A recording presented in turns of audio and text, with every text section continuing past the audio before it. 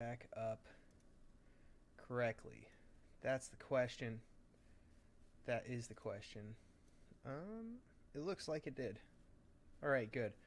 Sorry, I had to close down. I wasn't sure how long it was going to take care of that phone call because it was the VA, and you never know. So I figured we'd just play it safe. We'd go back and we'd just start over. We'll just start over with the whole video because I don't want to have to go through 2 minutes, and we'll just start at the beginning and get back through this because we're gonna watch the armchair historian with his muskets to machine guns, evolution of weapons, 1837 to 1901. He really wants to get through the muskets into the industrial era, which I understand breaking it down that way, but this process started in the late 1700s. There were a series of muskets that were actually set up, and I forget what this is called, but it's set up in a way that resembles what you would think of when you think of a Gatling gun today. Obviously, it wasn't reloading itself, but what it did is it made for the ability for one person to operate one piece of machinery, and they could load these like 10 barrels or whatever it was. I forget how many of these barrels it was. Like I'm sorry, I don't have the information for this. When I've tried to look it up, I get something that's not what I'm thinking of at all. So I'm sorry, but it was used by navies at the time, like the British and the French navies, I believe, were using it during the American Revolution, and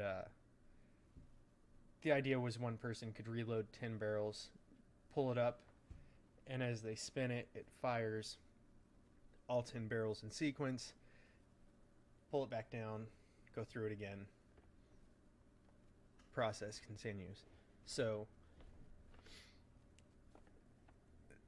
I mean, we were on the way to getting to like a Gatling gun at that point, and it's not really looked at very often because it wasn't a very common piece of equipment in navies. It was here or there and being toyed with as an idea by navies in order to further their weaponry and their capability, right? Like they wanted to enhance the ability, like enhance, and that's what they were doing, right? So we've always been pushing things forward, and that's where we are. Like we went from slings and spears that were just a sharpened stick to missiles and bombs, right? Like we advance. That's what we do. Hi, I'm Griffin Johnson, the armchair historian. Few inventions have had as great an impact on human history as firearms, and few inventions have had as great an impact on firearms as industrialization. Yep. Before the 19th century, Yep. firearms were crafted by individual gunsmiths, each pistol or musket a unique work. With the introduction Yep. of factories and mass... Like craftsmanship used to matter to people, but now the convenience of here's your item has kind of eroded that to an extent, and people view craftsmanship as something that is now like hard to achieve and highly expensive. Whereas like I don't think I have one in here. I've only got two because I didn't want to move with them and mess them up. Yeah, they're not in this room, but I've got like I make pens, like writing pens, right? So I can easily make pens and ship them anywhere in the world, and it depending on what kind of pen you want, the type of wood or resin that you want me to make it out of, and by pen I mean like the hardware, because I don't make any of the hardware. But depending on the style of hardware that interests you and the material you want the pen made out of, it's really like anywhere from, with shipping, it's probably anywhere from about $30 to several hundred, depending on what you want. I mean, like there's a guy in Colorado that does nothing but make pens, and that is how he makes his living. It's how he's made his living for decades, I believe now. I believe it's been actually it's been much longer than I am gonna think it was, so I'm not gonna say. Point is, he's done this for a very long time, but he actually hand makes the pin set as well, and he makes it out of like fine metals. He'll make them out of gold. Like he'll go get gold and he'll craft that into the pin ends and the band in the middle and stuff. Like he knows how to do the jewelry end of it on that side, and he'll use craftsmanship skills and build that up and make it into something really unique and interesting and awesome to have. So he charges thousands of dollars for pins. People buy them. So it all depends. Like if you're getting something with craftsmanship, it can be pricey. But once again, it's a unique piece of work, and you're getting what you pay for in that regard, because you're getting an item that somebody has actually had to develop and practice the skill to create, which is a lost art in many cases. Production, guns could be made in unprecedented numbers, and when paired with the burgeoning fields of chemistry and metallurgy, a new chapter in military history was opened. In this video, we will look at the evolution of firearms throughout the 19th century, examining how individually made muskets There's an old evolved machine gun into model that they have in mass-produced that background. and how the firepower of massed infantry was concentrated. I don't even know the name in of that one. I'd have terrifying to look it up. weapons like the Gatling gun.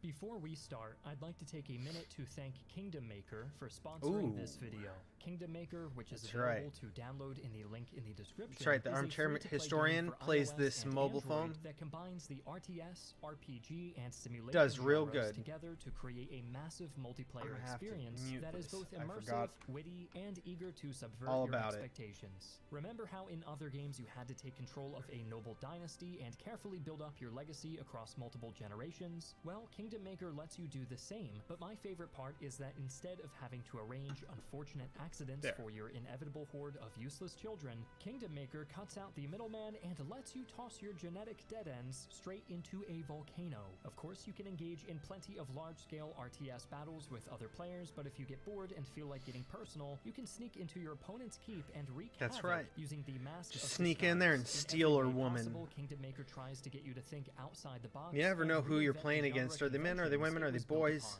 Are they girls? Are they children? Are they thems? Are they cat people? And creative thinking, head over to the description and use my you never know. Download Kingdom Maker today. Prior to the 19th century, the only commonly available form of chemical propellant was black powder, made with a simple mixture of sulfur, carbon, and potassium nitrate. Despite its usefulness on the battlefield, black powder was actually a low explosive, burning slower than the speed of sound and producing large amounts of chemical byproducts in the form of smoke and fouling. Black powder also required a source of ignition to start burning, meaning there was no practical way to design a firearm without including a cumbersome mechanism like a flintlock to generate a spark. That's still true. Just to be clear, you do still need all of these components for a modern firearm. You need a spark or ignition to burn the powder, to send the projectile. They use a different combination of items to create your powder now, so your powder's more efficient, more effective. Doesn't create this huge wafting cloud that blocks your vision, right? So it's just different. You have that all packed into a cartridge instead of having to ram it down the barrel. Like, we learned how to make a cartridge. But at the dawn of the 18th century, a British nobleman called Edward Charles Howard made a discovery that would shake the world to its core: fulminates. High explosive compounds that could be detonated by heat or pressure. Suddenly, a whole new world of destructive potential had been unlocked, breaking a technological barrier that had stood for more than 600 years. Gunsmiths quickly saw the potential in fulminates, leading to the patenting of the percussion cap in... Of course you would. Because if you didn't see the potential in the fulminates, you would be going, fuck. Here I am, still fucking around, shoving powder down a tube that if it gets wet is fucked. that's not going to help out anybody. Especially not when weapons outside of war are the only reason that we are top of the food chain. That bear, gonna fuck you up. All you got is spears and swords. Good luck. You'll very very likely you'll figure out ways to do it. We've always figured out ways to do it. The thing is, those ways of doing it did not come with bears tending to not fucking eat you or attack you anymore, right? So, just gonna throw it out there that you probably don't want to only have powder in a barrel. It's not gonna be great. 1822 by American inventor Joshua Shaw. This was a simple metal cylinder containing a speck of mercury fulminate detonated by the impact of a striking mechanism. Mercury didn't hurt anybody, right? Explosion to ignite the powder charge of a loaded firearm. But European armies were hesitant to take advantage of the percussion cap, and though many trials were conducted, it was not until the 1840s that the widespread replacement of the flintlock began in earnest. And it was way better. One of the first conflicts that proved the value of the percussion cap musket, or caplock, was the Mexican-American War. Though U.S. forces began the war using Model 1816 smoothbore flintlock muskets, various armories had already started he's got to fuck around. These obsolete weapons into caplocks. Not good. American gunsmith Samuel Colt had also patented the Samuel Colt, which is where you get Colt firearms, obviously, right? Very famous gun makers, very famous. And I, for one, would say that the people who truly love their product from Colt are essentially a Colt, because you have to buy your way in to that Colt, that firearm, because doing so is going to make you feel like you carved out a small piece of your soul and sold it for a decent fortune so that you could afford this firearm, because Colts carry the price tag of a Colt. First cap and ball revolver in 1836, which became highly sought after by any U.S. soldier able to afford one. Why not? Most iconic of all was the legendary 1847 Colt Walker single-action revolver, specifically procured. Highly recognized as like a cowboy thing when people see it. They immediately assume cowboys. Not necessarily why it was used. By Texas Rangers after earlier designs failed to meet their expectations. Exactly. Known as the Rangers that won the West, the Colt Walker. I couldn't remember if it was the Rangers or if it was the Union Army during the Civil War. I knew it was one or the other. I just couldn't remember. But there you have it. Texas Rangers, not necessarily the Cowboys at all. Just out exploring the West. That's not actually what did it. Could fire 6.44 caliber bullets before needing to be reloaded, and was considered one of the most powerful handguns in the world until the 1930s. Mexico, meanwhile, was forced to rely on imports of British Brown Bess flintlock muskets and lacked the domestic gun industry needed to refurbish these old weapons up to modern standards. Back in Europe, the period of relative peace following the end of the Napoleonic Wars ended abruptly with the outbreak of the Crimean War in 1853, widely regarded as the first truly modern war. By this point, most nations had begun issuing caplock muskets as the... So this is actually interesting that came up here in the corner with the little griff. The first rifled barrels were actually fitted to crossbows, as German smiths noticed as early as the 1500s that bolts and arrows passing through a rifled tube would spin and gain a flatter trajectory. Now, the reason that that's interesting is because rifled barrels are a big part of the reason that modern rifles are as accurate as they are, is because of the rifling in the barrel causing the projectile to spin so that it actually hits the target. why the fuck were we not doing this to the muskets? Is it because ramming it down through the front was going to fuck that up in the first place? Was it because the musket balls were too inconsistent in like size or something? Like, I really just don't know. I genuinely don't know why they didn't do that. But it seems like it would have made a lot of damn sense just to be more accurate. Right? Their standard infantry weapon, and rifled barrels were starting to become commonplace. But soldiers were still exclusively using muzzle-loaded guns, with powder and bullets inserted via the end of the muzzle. Okay, so they did rifle these muskets. My knowledge of muskets, I guess,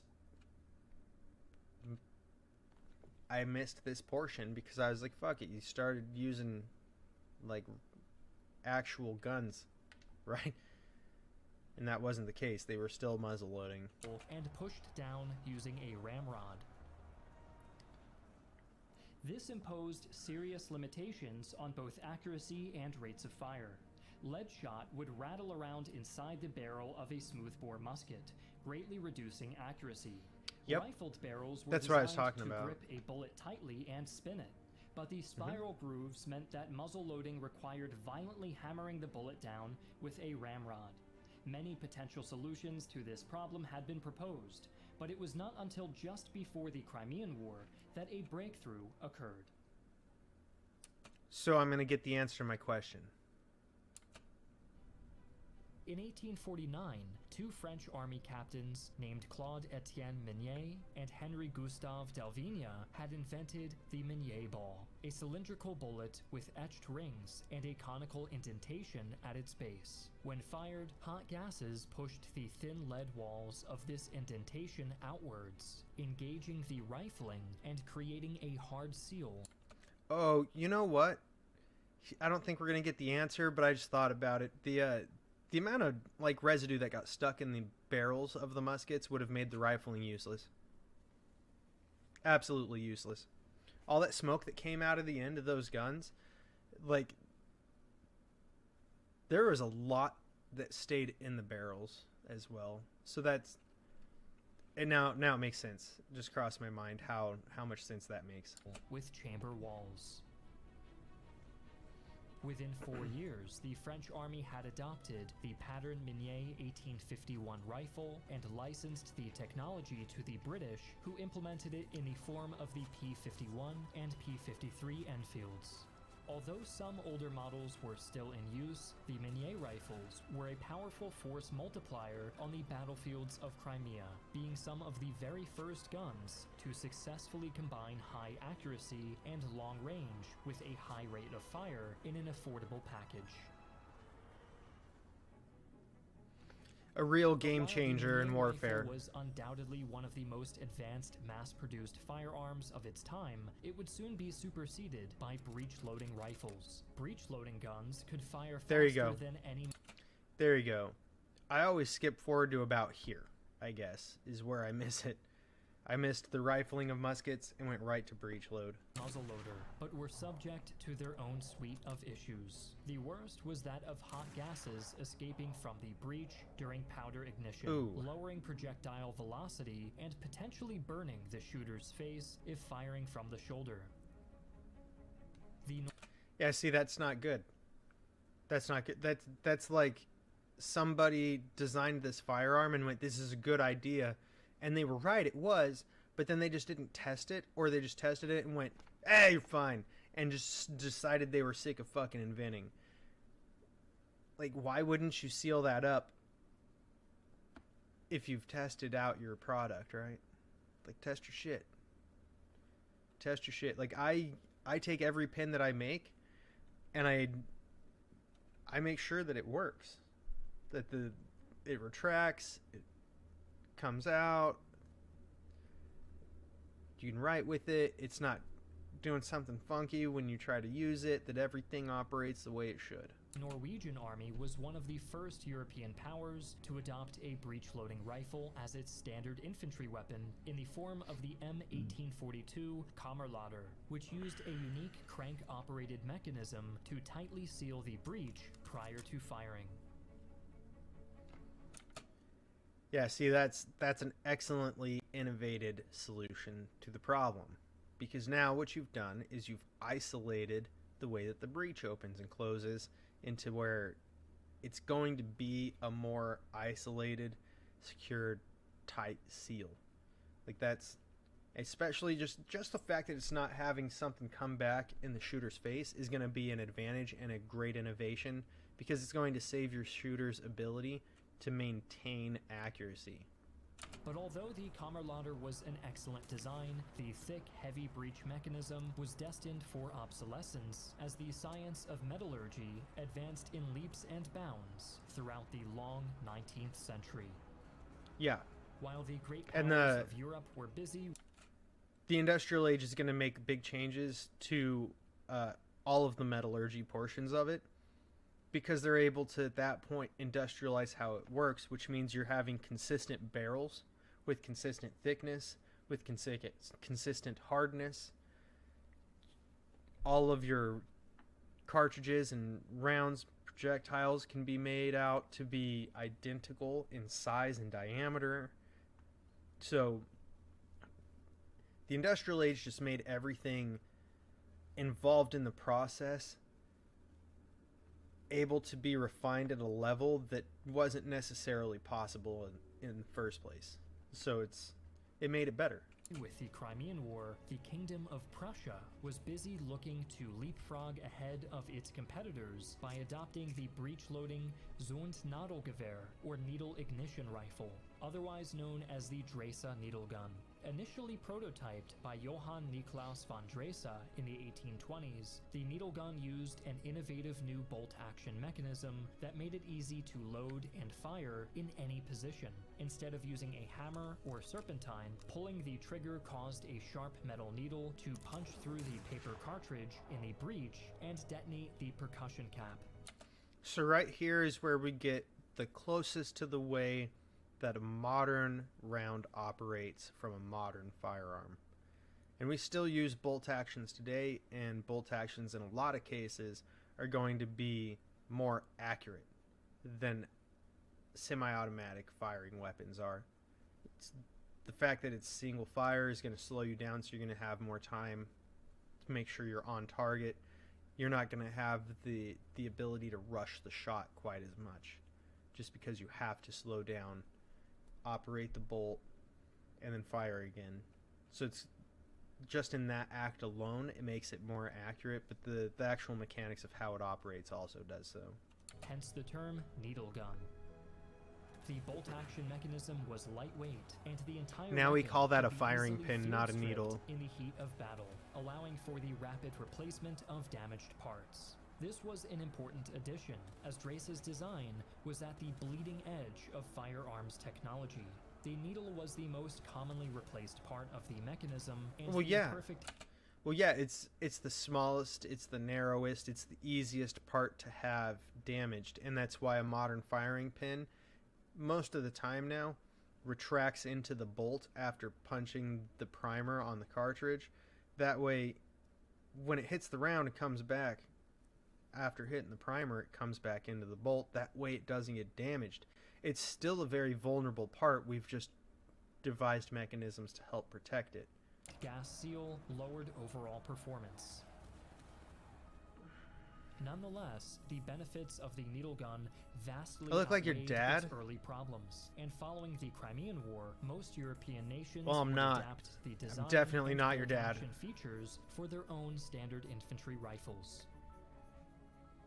At this point, I'd like to take a brief moment to discuss some of the important considerations commanders of the day had when it came to new firearms. By far, the biggest was logistics. Infantry rifles needed to be cheap Yeah, I'm sure. I and may have easy spent to time with your mom, but I mass-produce. definitely Prior didn't to make the a baby. invention of steel casing in the mid-1800s, firearms were hand-tooled, relying on skilled gunsmiths to produce consistent results. But even after the advent of mass production, military thinkers preferred to rely on centuries-old tactics. Conscript armies Your mom moved is a in man? mass That doesn't even make much formations, sense. so the need for individual firepower was de-emphasized. More complex guns meant more training, making soldiers harder to replace. For many nations, it was simply easier to rely on quantity over quality. A great illustration ridiculous of how question. quickly firearms evolved during the latter half of the long 19th century is found in the American Civil War, and the Spencer repeating rifle used by some Union cavalry regiments. The Spencer repeating rifle was among the first ever magazine-fed rifles adopted There we go. into military Repeaters, service, that's what and one of the first really moves to shit use forward. both a lever action mechanism and a metallic cartridge. So now we're getting to modern cartridges. That's where we are. It's going to be real good. Going to take us right forward into using actual primers.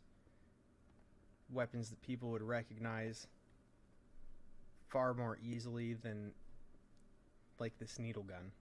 People didn't know anything about.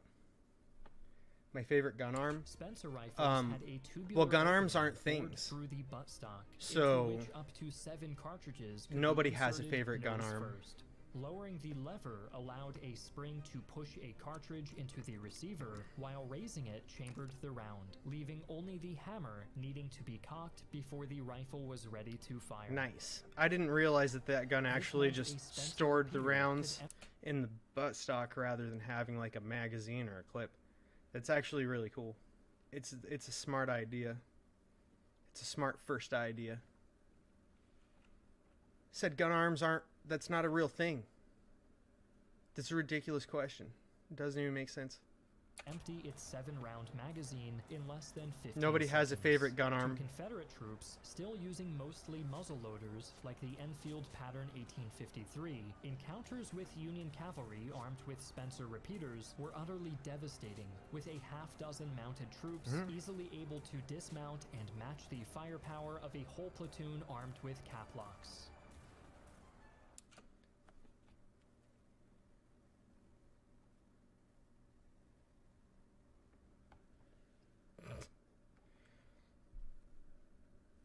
So, this will be interesting to see how this goes forward. Because, I don't know if he's going to bring it up, because it's the same time period, like 1865. But during the same time period, what actually helped move this forward through America was the fact that the repeating rifle was when Western expansion and exploration was actually capable of rivaling Native Americans, because with the slower rifles, you actually had to reload the firearm. Meanwhile, they were just shooting arrows. They could shoot like 10 arrows in the period of time people were reloading their firearm. So they just got overwhelmed. Am I against gun control? Yes, I am. It's a dumb idea. Every time that takes place, worse comes about. It never works. Another secret to the success of the Spencer repeater was its use of a metal cartridge, the first prototypes of which had been created all the way back in 1808 by Swiss gunsmith Jean Samuel. Ah, the Swiss, Prior of to course. his work, paper cartridges containing Do I have a source on that? Show me one time when somebody's tried to enforce gun control or create gun control and criminals followed those laws and didn't abuse them because now they're the only ones with weapons, or where the government itself did not go ahead and take advantage of the fact that their government, who now has weapons and the people do not, didn't mean that their license for having a monopoly on violence didn't end terribly. Of what? Gun control resulting terribly?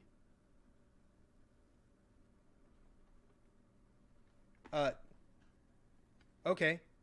Native Americans were not allowed to own firearms. Did you know that? There was a long period of time where they couldn't legally have firearms. And we beat the shit out of them using firearms. And then they were able to get firearms and they were able to defend themselves better. And then we got repeating rifles and it didn't work anymore. There's one.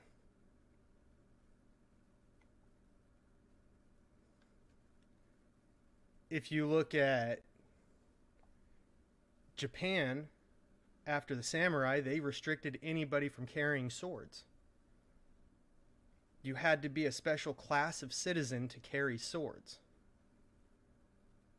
That didn't work out well either.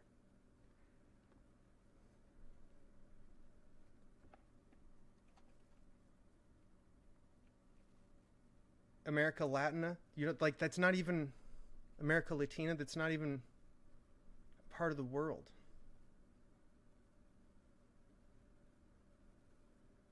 Like the U.S. is called America, and everybody knows it because it's the only one with America in the word. Like it's the only country with America in the name. Nobody else did it. A balance between pro and anti-gun control? No, because the people who have been pushing for gun control are never happy with gun control. They always want more gun control. It's never enough. It's always, oh, well, you know, we didn't take this and now we want that too. And in fact, the only time that I know of gun control moving backwards here is in the 90s. We had an assault rifle ban on firearms for like 10 years. And gun crimes did not go down. In fact, they went up and then they came down a little bit and stopped still above where they were. So they just rescinded it. The most interest in gun control, it's government, and it's also like crime. Like, do you really think like in the case of the US, do you really think like the cartels or like biker groups like the Banditos and Hells Angels, do you think that they wouldn't want to see gun control as well? It makes it easier to conduct your crime if nobody's able to oppose you.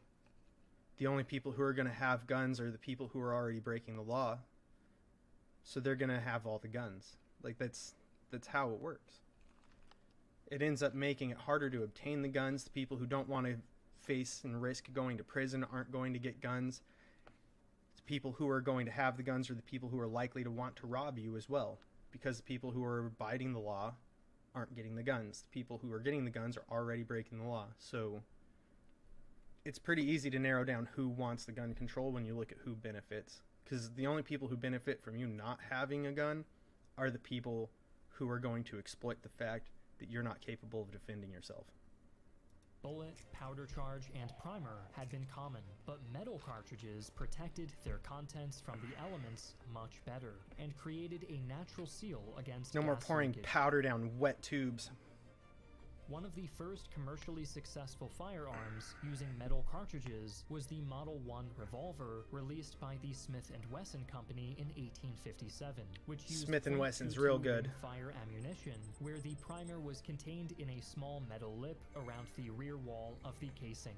The Spencer repeater also used a rimfire cartridge, but even by the 1860s, gunsmiths were transitioning to centerfire rounds, with the primer located in a recessed cup at the base of the round. This enabled much higher powder loads, allowing metallic cartridges to be scaled up to rifle calibers. And that was the real game changer right there. Though weapons like the Spencer repeater Using made it on a dramatic calibers to go entry all the way onto up. the world stage, they would soon be overshadowed by something bigger still, something that would change the face of warfare forever. That something was the Gatling gun, designed by Richard Jordan Gatling and patented in 1861. With an innovative Yeah, these Gatling hand-cranked guns were mechanism wild. that rotated The ability to have the firepower of a Gatling gun when this came out was ridiculous. Because, like, the advancements in technology is so fast.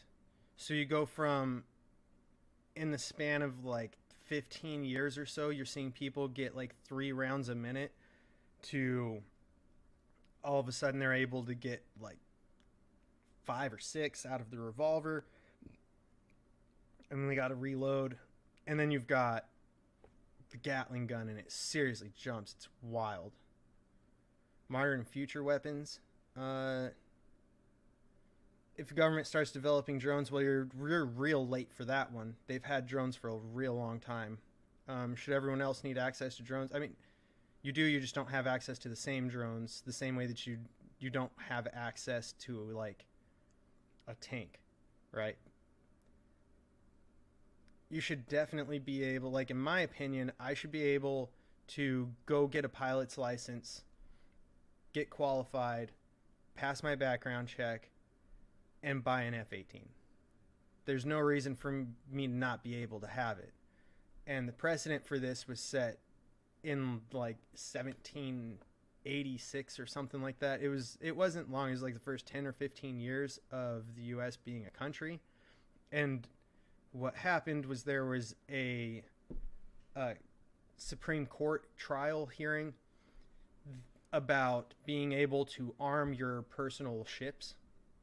And the finding was that you were able to arm your personal ship however you want. You can put cannons on it. They had, like I was talking about at the beginning, they have like these predecessors to Gatling guns. These were a cycle of muskets that you'd just spin and they'd shoot 10 rounds and then you'd reload it. Somebody else could use their 10 while you're reloading yours, and then they'd just shoot like that. And that was the idea behind that thing. And there was no restriction. And not only that, but they also said that you were able to arm your ship and use it to privateer. And what privateering is being a pirate, which means sinking ships. The only difference between a pirate and a privateer is that a privateer has a letter from a government. It doesn't have to be your government. It can be any government that gives them license to go out and attack ships and steal all their cargo and kill people on board or whatever they're going to do to it. As long as they aren't targeting that country's ships, their actions are sanctioned by that country, thus giving them the ability to go out and pirate. So they weren't saying that you shouldn't have guns. They were saying, like, arm yourself with everything that we have access to because you should be, so that you can sink our ships too. You should be able to be at that level. Free gun laws are only compatible when people are nationalists. That's not true either. It's not true at all.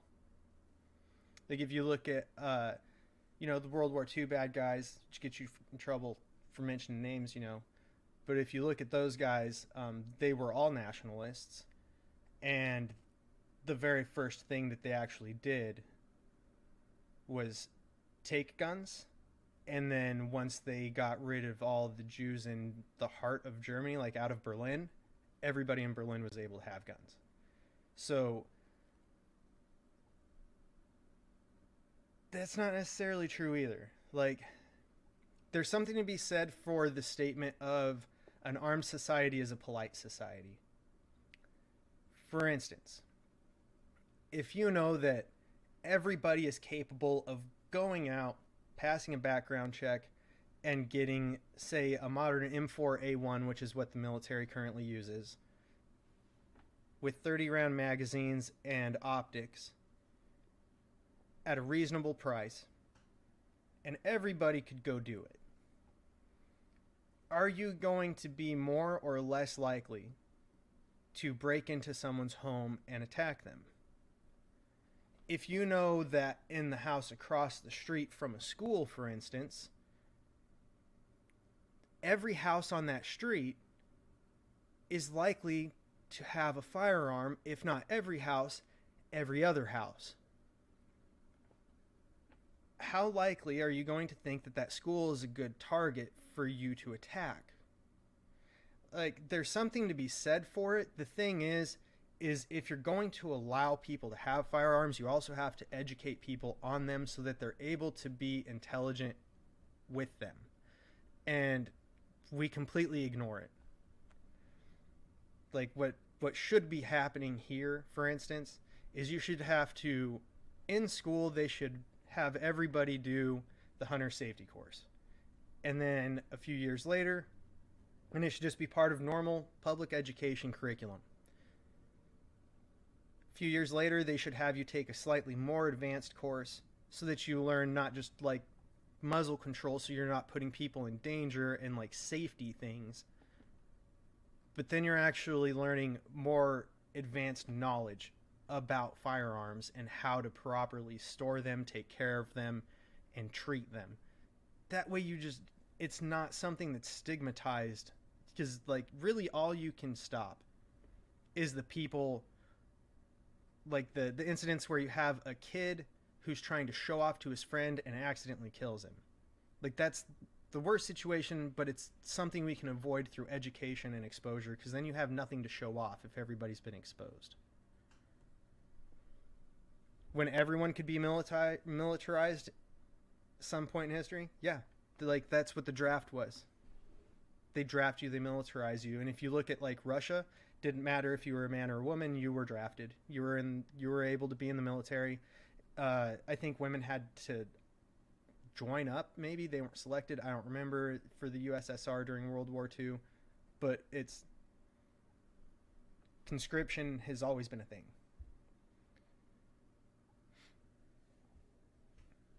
It is human instinct to use power. It absolutely is. And that's why everybody should be allowed to be armed.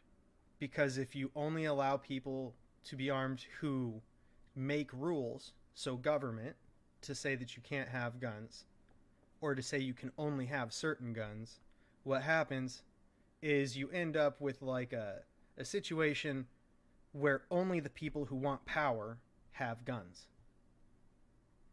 You never see any of these people who push for like the celebrities, the politicians, all the people who go out in front of cameras and push this idea about not having guns being a good idea. These people pay for private security to have a gun on them and be at their side all the time. They're never far from their private security, and their private security is armed and would be if you could not be. And they know this. Or they're the ones making the laws, or they're these people of position and just special status. So what happens is they will have access to these guns because they have influence and money. Like, it's not a good idea to limit the people who get things that give you power into shoehorning them into being a small group of people, especially when that small group of people is going to inevitably be the same people who want power, because it will work against you 100% of the time. It actually never helps. 6 barrels around a central shaft and loaded them individually from a steel cylinder filled with paper cartridges, the Gatling gun was capable of firing not just dozens, but hundreds of rounds per minute. Like I said, it was a huge jump. Like the French mitrailleuse and Union Ager gun also existed, but came with severe drawbacks. The mitrailleuse only fired a single shot from each of its dozen barrels before needing to be reloaded, making for tremendous volleys but poor sustained firepower. The Ager gun, meanwhile... Jesus, there are so many different types of Gatling guns. Some people worried not just for people in power, but their own protection. And drafting training can help, but at the end of the day, they can't trust them. Like, you're never going to be able to stop that. That's something you can't impact. Like, if you're worried about your own protection, all you can do is prepare and train. If you're not trained, you're not prepared. And if you're not prepared, you're not prepared. So, you have to do both things. Like, drafting is going to help if you're, like, I guess, for military purposes, for government power, but it's the example of the people who have power is just because they're the ones who make the rules. Like, it's not coincidence that the people who make the rules are also the people who are always surrounded by guns. Meanwhile, used a complex revolver mechanism that was taxing to operate, and its single barrel rapidly overheated. Overheating's not good, it'll warp the barrel. Was the designs that bridged the gap between the repeating firearm and the artillery. Then you get piece, fucked up being situations. A crew-served weapon designated to engage enemy forces with continuous direct fire using rifle caliber ammunition. Mm-hmm. Astonishingly, though, the first Gatling guns were regarded as almost useless by both Union and Confederate generals, given their propensity for jamming and the vast clouds of powder smoke they generated. Richard Gatling was forced to take his design overseas, resulting in the Gatling gun quickly becoming the weapon of choice for European militaries looking for more concentrated... I bet that fucking cloud of smoke is part of the reason they were so terribly inaccurate. That and the fact that they probably had no... Actually, looking at it, they definitely had, like, no lateral movement. And with the spinning barrels, you're slinging the bullets in, like, this spiral motion. So it's never going to go straight. It's always going to curve. So it's an inaccurate gun just by the physics of the way that it operates, really. Firepower against large armies of native troops in Africa and other colonial territories. In 1870, the Franco-Prussian War pitted German troops armed with Dresa needle guns against French infantry armed with chassepot rifles. Though Prussian artillery and tactics would quickly rout the French army, the newer chassepot proved superior to the Dresa, featuring a superior gas seal and faster projectiles that caused enormous wounds at much longer ranges. Realizing they were at a disadvantage, once again, that's how the physics Germans works. urgently began seeking a replacement rifle At a very after basic the war level, which is ended. my The comprehension. Mauser company stepped up to the challenge with the Mauser Model 1871, a bolt-action design that proved far more robust than the delicate needle gun.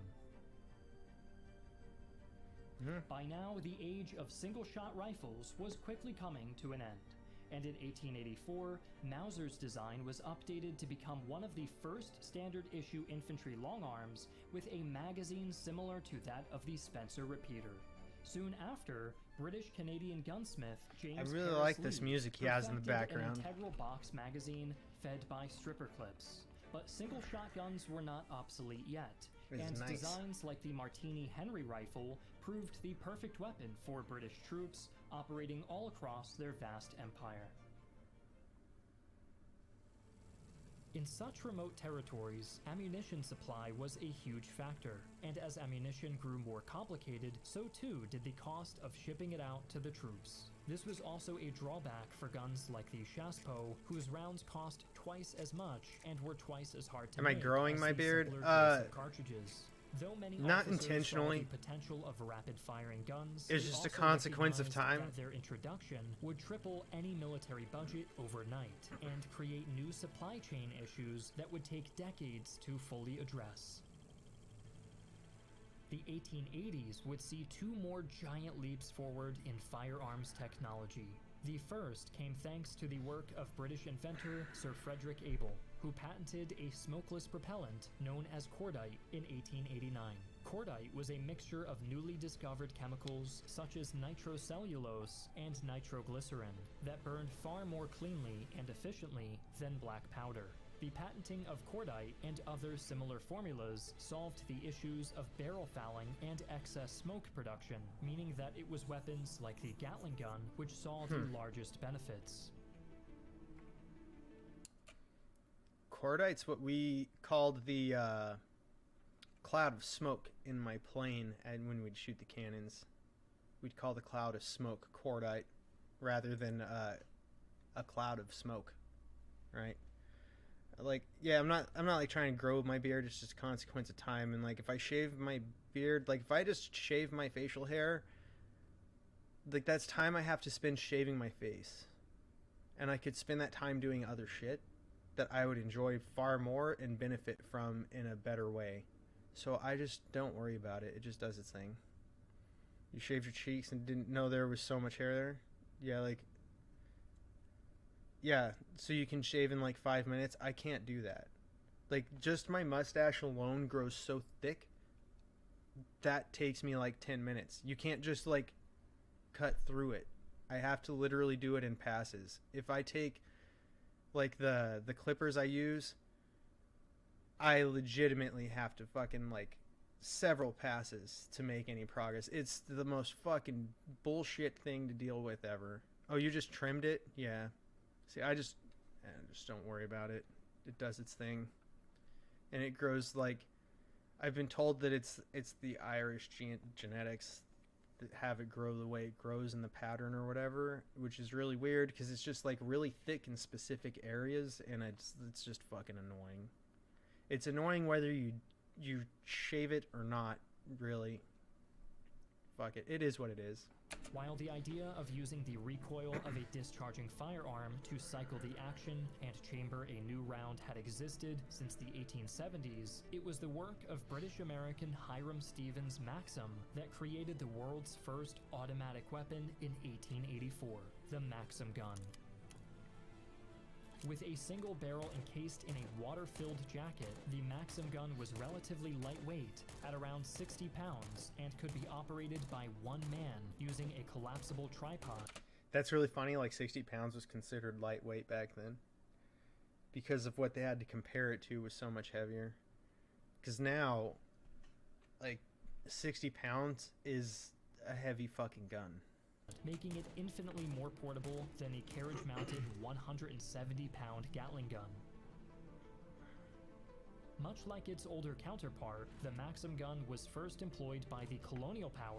Like, and something people don't think about when they see things like that either is like, I could carry 60 pounds, it's not a big deal. Like, yeah, but then you also have to carry ammunition. And the ammo's gonna weigh a fucking lot. So if you gotta carry a 60-pound gun, plus you gotta carry 1,000 rounds, you're probably carrying close to 300 pounds of gear, not including armor, right? Like, just your clothes, some water, a little bit of food. That'd be ridiculous. Do I know who keeps designing new weapons? Literally the people working at every weapons manufacturer. Like, every major weapons manufacturer really weapons manufacturers who you would know the names of. They're the ones who are doing that. Because what they're trying to do when they're innovating new weapons is they're trying to secure government funding to research new weapons systems or to make advancements and enhancements on current designs to push things further ahead. So it's just a competition of who gets the contract from the government, and that's really why they innovate things like small arms, like rifles. That's why they're innovating that stuff. Like missiles and stuff, it's way more specialized. So that's a whole different story. That's going to be names of like huge companies, some of which people know and some of which people don't. And I honestly don't know how specific about that I'm legally allowed to be. During the scramble for Africa, but with the advent of smokeless powder, the frequent jamming issues that plagued both rotary and automatic weapons finally became a thing of the past, and the Maxim gun was soon being bought by many European powers, ushering in the age of the machine gun. Like, there are plenty of people who say the names, by the way. Like the repeating rifle had I'm just not sure how legal it is for me personally. Tactics, it was the machine gun that would finally destroy all vestiges of the military status quo that had dominated Europe since the invention of the musket. Well, the way Europe fought with the musket was fucking stupid anyways. Let's stand in several rows of people, stare at each other across a field, and see who can fire at each other first, and hopefully accurately, because that's going to be the deciding factor in who wins, essentially, because we're going to knock out several fucking people in your line of forces. Like, who the fuck is spending the time to fight that way? What a bunch of idiots. They didn't know about cover? No, they were fucking idiots. Like, they were legitimate morons. They would stand in like 3 or 4 rows deep, or 3 or 4 columns of like several rows of people, and like they just fucking stand there in the field and shoot at each other. Like, stand in formation and fire and reload and fire and like, it was dumb. You weren't supposed to shoot at officers either. Like, it's ridiculous. The way they fought with muskets was stupid. The reason that we were able to win a lot of the battles in the Revolutionary War is because of the leaders who said, I don't give a shit if you wear this blue-ass jacket, that's dumb. Wear what you have, and what people had was brown, which naturally is going to be camouflaged. They didn't even fucking camouflage, my man. They were wearing bright red jackets, bright blue jackets, bright yellow jackets. Like, the shit stands out. It's not even like they weren't even trying. They thought it was some sort of like honorable thing to stand across from each other and see who could win, playing this game of real life chess with people's lives on the line as an officer who's not targeted. Basically, it's wild that that's how people fought. Yeah, you'd like being there and having to take orders. That'd be fucking crazy. And like, that's not even the craziest job. Think about this. They were shooting cannons at each other while they were standing in these dumbass formations, grouped up together, And there were people who were just playing a drum or a horn, like a drum or the trumpet. That's the right horn for what they did. Drums and the trumpet and like carrying a flag, and you're not doing anything else. You don't even have a gun. Your job is to play the music and carry a flag. Good fucking luck to you. Holy shit. Well, it wasn't necessarily cheerleaders. Like the music could be used to send orders. Like there was actually strategy to it. Like absolutely, they shot them. They shot them all the time. So there was absolute strategy to using the instruments because the battlefield's insanely loud and they didn't have radios and like earbuds, right? So they didn't have a headset or anything to noise cancel the battle and focus on comms. They had to yell at each other to hear anything. So you could have all these drums going off to send orders for being in formation, moving forward, pulling back, retreating, take the left flank. That's a lot of what the music was, and like not national flags were used that way as well. Do I like Warhammer games? I've never really gotten into them at all. Like my little brother plays the tabletop Warhammer, and I've kind of dabbled in some of their like video games, but I've only ever really dabbled. I've never really gotten into it. As the long 19th century drew to a close, the arms race between nations only intensified.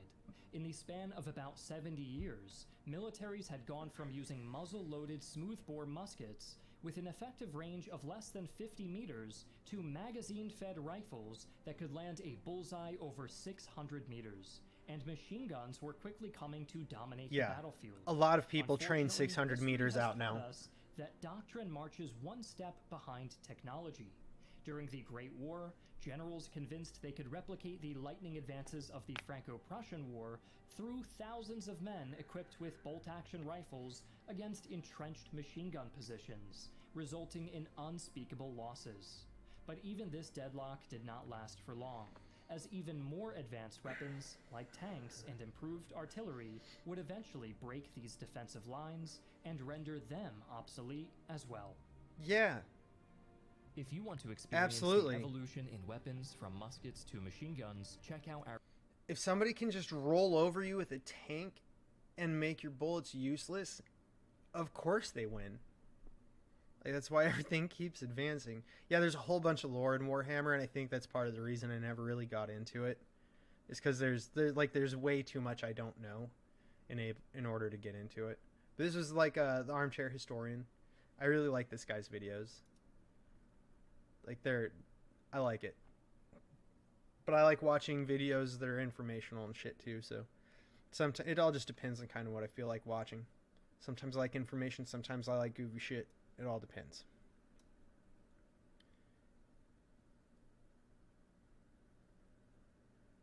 A little girl general, and she uses magic for war in an anime. No, I haven't seen this. Alright. I'm gonna launch this game. And start fucking around casting spells and shit.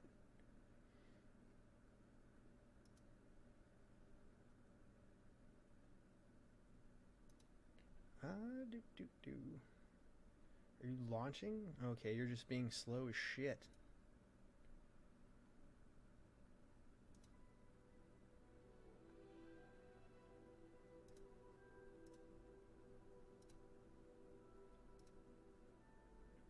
Update what channel I'm streaming in real quick. And then we'll be good to go. Why in the fuck is it not launching up on my screen? It's so weird.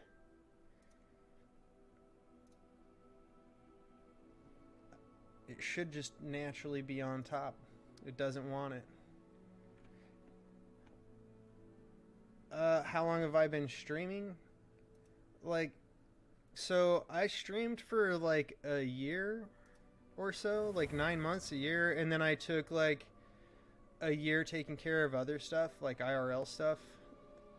And now that I've gotten more situated again, I decided I may as well start streaming, make some content. Like, I don't have anything better to do. I'm just playing games anyways, right? And if I'm just going to play games anyways, then I may as well stream it. Why not? I enjoy doing it, and I enjoy playing the games. Like, I don't mind doing both. May as well. Yeah, I like Harry Potter. Like, granted, like, I grew up reading the books. Like, I think I was just starting middle school, or about to start middle school, when the first book came out, and it ended up on our reading list. Like, we had to read it, and it was the first book I ever had on a reading list from a class that I actually enjoyed. It was kind of weird. So I actually just ended up enjoying the books because it was the first time that I was handed a book to read, and I actually liked it. So, yeah, my grandma went through the whole that it's the devil the whole time, and I was like, but like he's not hurting anyone. He's like trying to help people and do good stuff, and this other person's doing bad shit. It's a normal story. It's just magic. What the fuck? It's a weird thing. Like that was the whole like when everything was because of the devil time frame. It was weird. That was a weird time frame. What was that? The satanic scare or something, I think they called it. It was weird. It was a strange time. That was a really strange time. Yeah, let's do this side quest. Fuck it.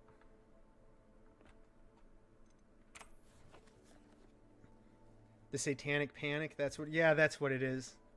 That's right, because it rhymed. It's so ridiculous.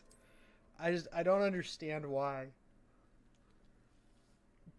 Like, I've got a bunch of family in Kansas too, and like I've been all over the country, and I've honestly never been somewhere that comes across nearly as fucking like religious bent as Kansas does. It's actually kind of ridiculous. It's so wild. This place has seen better days. Absolutely. Like, and I'm not saying like absolutely because like I assume so. Like, regardless of how people feel about Alex Jones, like, one of the reasons that I know about him is because he got into Bohemian Grove and did his like little thing and exposed the fact that that was a thing that they were all doing. This is where Saccharissa said to go. Like, that video Bohemian Grove that's a legit video. That's a legit video of them maybe reenacting a video. Like, it's so far away you don't really know if they're reenacting it, what they're doing, or if they're actually doing it. But I mean, like, if you're gonna reenact it, how far would you have to be pushed to actually do it? And why are you reenacting it? Or do you think that this actually has some sort of power to it? Does it mean spirits are real? Like, 100% they believe that it's benefiting them in some way. Or, like, so I have a theory about this that goes one of two ways. Either they actually believe that this is giving them some sort of power, or somebody's getting them to do it because they are somehow benefiting from telling these people what to do and getting them to believe in their thing, and it somehow is giving them control over those people who are in positions of power. So it's one or the other. Just, who knows who leads the group? But whoever's leading the group is benefiting from having these people involved.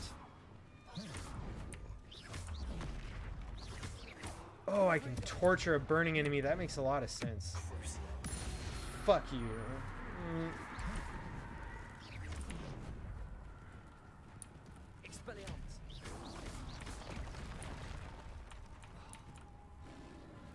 I meant to be on this one.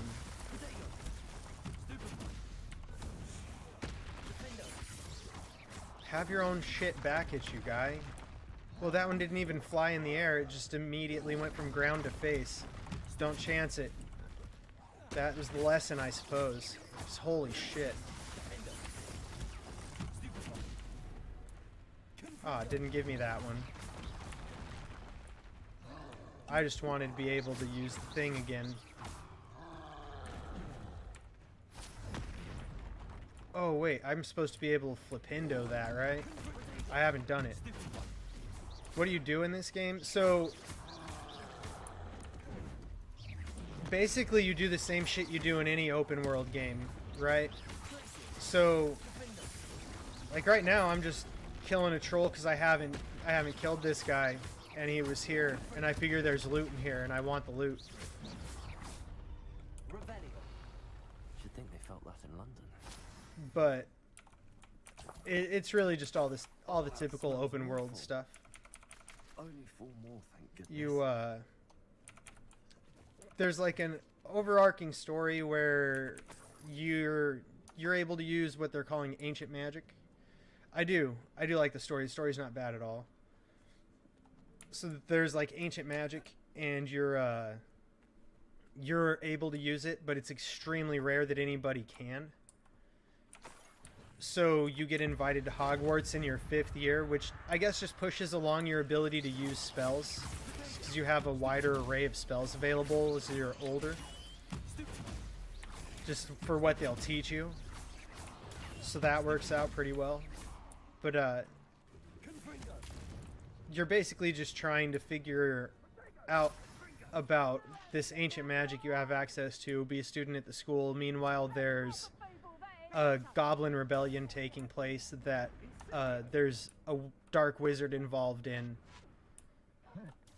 and you kind of just are in their way because they are like the goblin is somehow using ancient magic basically. So it's kind of like you're stuck dealing with a little bit of everything going on that shouldn't involve your character but somehow does because they need a story to tell.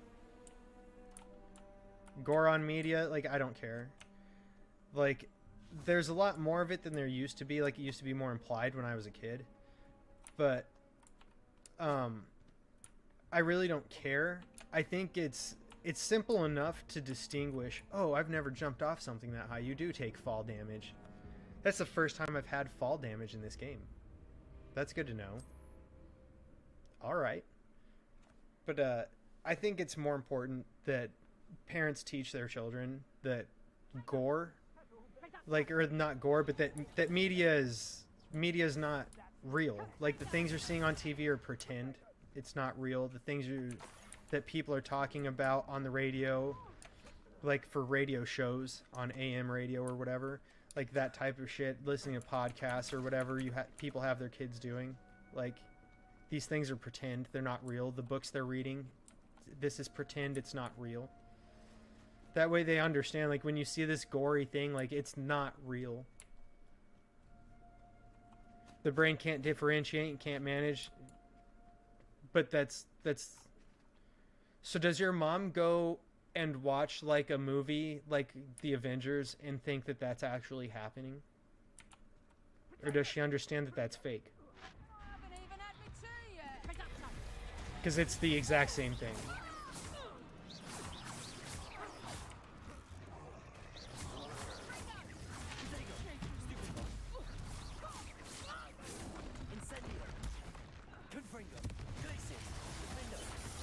Get fucked, you big hairy troll. Every time I run into a troll, it's a higher level than me, too. And it actually matters in this game.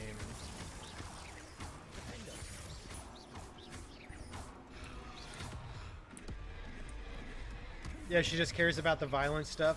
Yeah, that's probably all it is she's not able to differentiate it, so...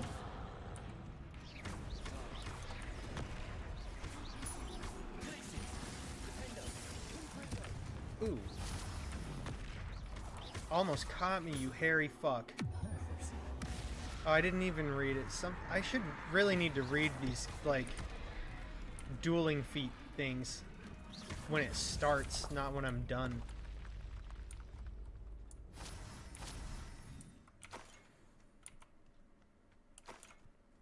I guess I'm not full on potions anymore. I can pick them up.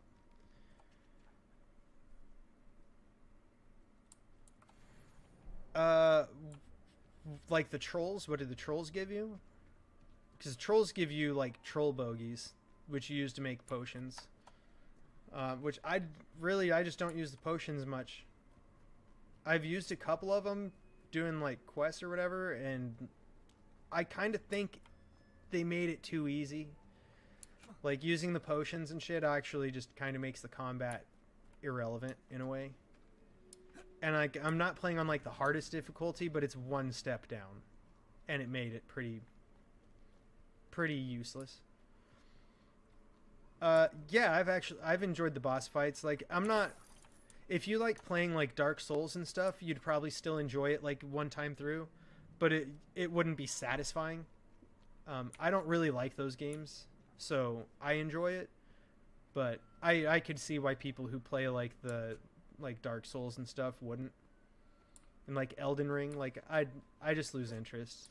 They're not like, it's just not my style of gameplay, to be quite honest.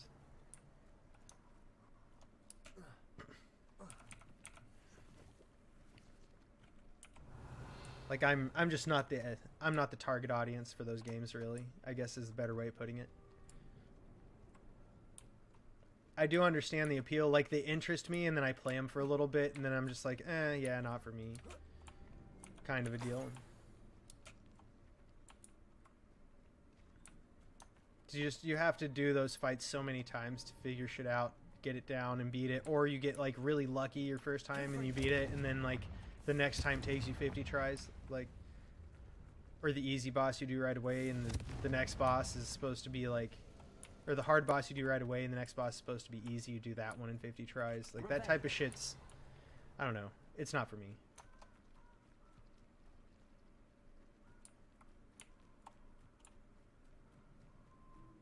How the fuck do I get to that blue one that I saw? Where is it? Over here? You sneaky shit. Oh, I was in this cave? How'd I miss it? Probably because I just didn't cast the spell. He's not in here. You already killed him. Why are you talking about a troll that's dead? Shut up. Ridiculous. This fucking kid. Yeah, you like the aesthetics?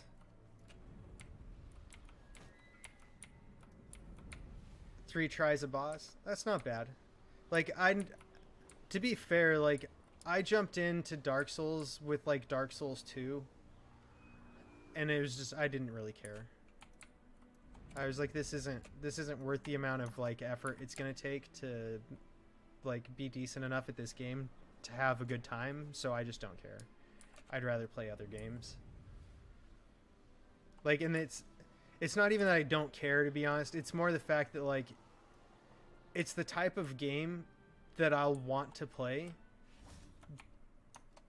but it irritates the shit out of me, so it's just not worth doing. Like, when you have to die that many times to figure the shit out, like, I actually just get fucking mad at it. Sakurissa, I found the tubers you needed. Oh, you just seen your brother play too? Yeah, that... I understand how that helps with that game too. And like, I'd never watched anybody play it. I only had a couple friends who said that they liked Dark Souls and that I should check it out. And I'd never watched anybody play it. What games am I good at? I mean, like, kind of depends really, right? Like, games like this I'm pretty good at. Games like, I play a lot of like WoW. I do pretty good at. Like, I'm not like top tier, but I also don't try to be. Like I said, like, I'm trying to just play games and have fun. Like, I don't play games to be like the best in the world, and like, I just want to have fun. Like, I just want to chill and enjoy myself. It's not worth like getting pissed and being frustrated at your game all the fucking time. Like, it's just not worth it. I just want to be able to have fun. Of course. Happy to have found them for you. Thank you. And your payment, of course. If I play this game through again, I think I'm going to, like, fleece everybody for as much gold as I can. Because I haven't done that in this one at all. And I think I'm just going to keep it that way. Because I know there's multiple endings, and I don't know what affects them. So I might do a few playthroughs just after, on my own.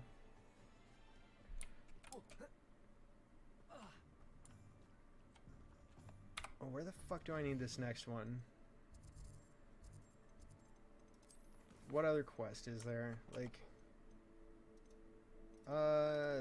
main quest, those assignments you have to do, the relationships you're gonna need done. Biscuit, I think, is the only one that's not just related to exploring and collecting shit. Alright.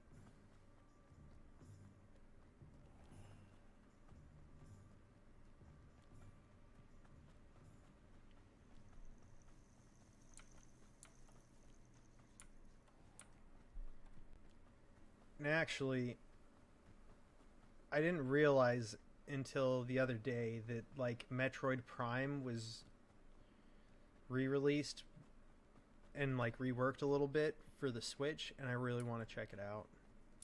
I really liked Metroid Prime. So I'll probably check that out too. I just, like, when I moved, I lost the power cord for my Switch, so, like, I have to wait for a new one, and I haven't tried to play my Switch at all since I moved, so I just realized it. I haven't kept up with what's going on with, like, Nintendo's games.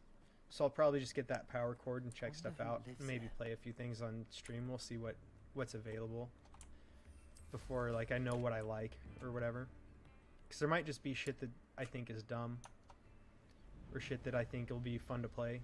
I just don't know what's going to be what. Some people say it hasn't aged well. Like, I don't assume it will have aged well. It'll probably feel like playing, really, like, I'll still do this too, right? Like, I'll go back. Let me pull this up real quick just so I don't fuck it up, because I always say the name of the MMO now. And I don't know why I started doing that, but I did. Is it not in this list? Where are you? So Knights of the Old Republic. This game right here. This game does not age well. Like, the load screens, all the waiting on shit. Like, there's a lot of things about it that are just irritating to deal with. And that, like, the combat system for it and stuff, like, it doesn't feel great to play because of how gaming's evolved. But I still enjoy playing it. So, like, I feel like Prime is probably going to be the same way. MMOs feel outdated. Like, a lot of them do, yeah. Like, I constantly am pointing out, for instance, like, World of Warcraft needs better, they really need to just let World of Warcraft come to a close and redesign it for, like, a new MMO with a new engine. Like, they start feeling dated and old. And it's not really the artwork or, like, the graphics, to be quite honest. It's the fact that they're just, like, it's the same exact shit, and it just builds on top of each other with an old system, and it makes it start to feel clunky. Like, they start missing out on the advancements that gaming has had, in a way. So it just kind of makes shit, like, less pleasing to deal with.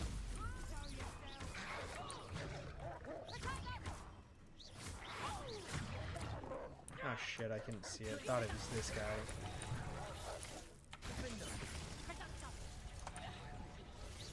Oh, okay. You're over here, are you? Oh, you fuck, you made me hit the wall. That was intelligent.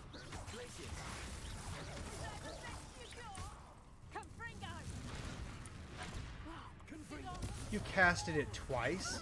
I thought I was safe because I dodged. That'll teach me.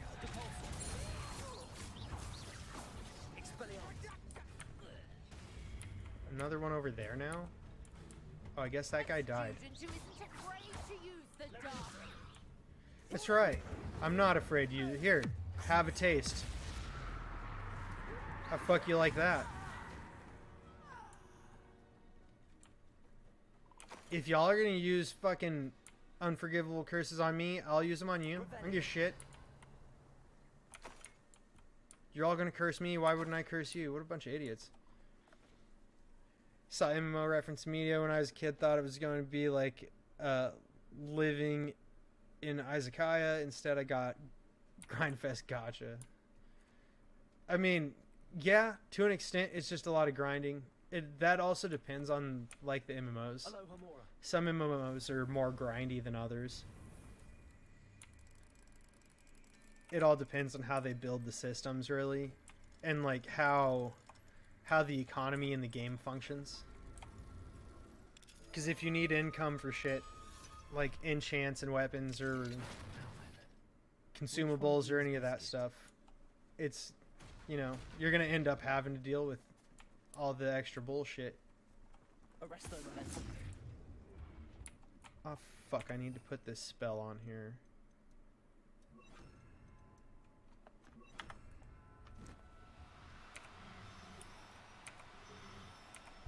Get in my fucking bag. Being better for make-believe. Well, that's because you've got to use all your imagination, right? Like, you have some guidelines that are given to you, but it's all imagination.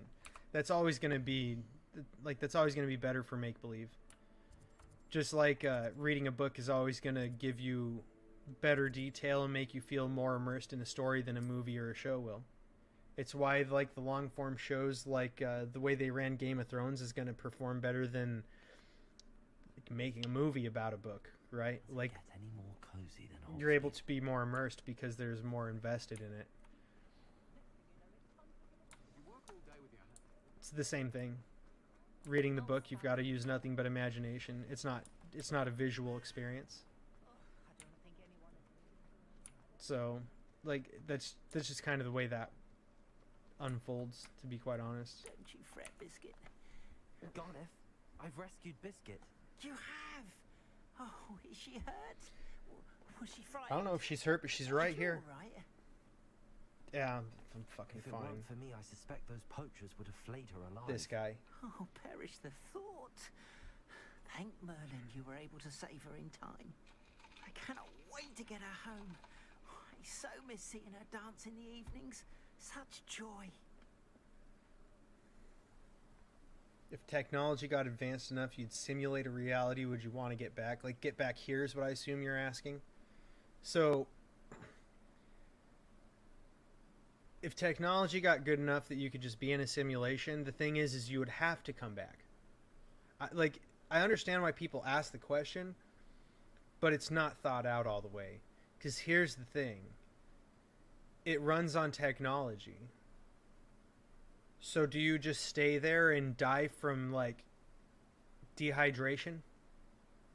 Because you didn't leave and drink water, eat some food? Not to mention that, but, like, not only that, really, but you've also got the cost of all those things, the cost of the electricity to run it, the cost of the shelter to be in, because if you're just out in the cold, you're going to freeze to death. If you're out in the heat, you're going to die from heat exposure and heat exhaustion. Like, so that's 1 second in real life is years in the simulation. I mean, if 1 second in real life is years in the simulation, then you're going to come back anyways, because you're going to live out that entire life before an hour is over. So you'd limit your exposure and you'd come back. And in all honesty, I think coming back would be the exciting part, right? Because you could have lived an entire lifetime within those parameters. You could live an entire lifetime. You could come back having made all the mistakes of that lifetime. And instead of being like, oh man, if I could go back and change this, like, you just make the changes in your real life that going through the simulation made you go, fuck, if I could do this instead, I would do that. And now you're better informed. You have all the different personal experiences and interactions. You have all the growth and efforts, failed attempts at things, the successful attempts at things. Like, you have a lot more experience to pull from. Like, that would actually be exciting to come back to real life because of that. It would make your real life way better. That would actually be really interesting if it worked that way. I'm glad she's safe now. I'm sure she'll be happy to go home. That is a great weight off my mind. Oh, my sweet little Biscuit. My wise, noble moon calf. And here is your reward, of course. Well deserved. As I said before, you have restored my faith in wizard kind. And actually, if a simulation worked that way, You've restored at least a modicum you'd of my probably faith see in a lot of wizard people kind. who spend time in video Biscuit, games I can't thank you enough. doing that in video games, in that medium, coming back and having a better, more enriched, fulfilled life as far as people look at in society for success, like building a successful business, having a bunch of money, a big house, car, whatever it is that makes you seem successful in the eyes of society. People playing video games would obtain that more easily because you'd have all these experiences playing your game that would seem like a lifetime, and you'd still have like real life. That'd be really interesting. There's a lot of interesting things that could come from a system that operates that way. The question is with a full simulation like that, would it age your mind? Like, would your mind age from spending years of life in a small space of time, or would your mind not age? Because if your mind is still aging, it's going to shorten your life, right? So it comes at like a weighted, what do you do, cost benefit analysis that you'd have to figure out. It should be like, once again, it would be interesting, to say the least.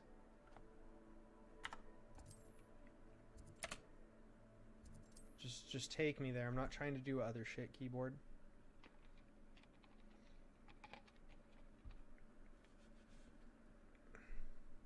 It's like a place right out of a storybook. Wrong button.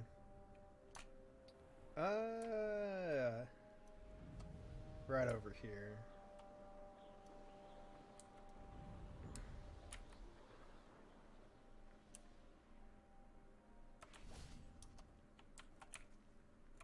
Over here.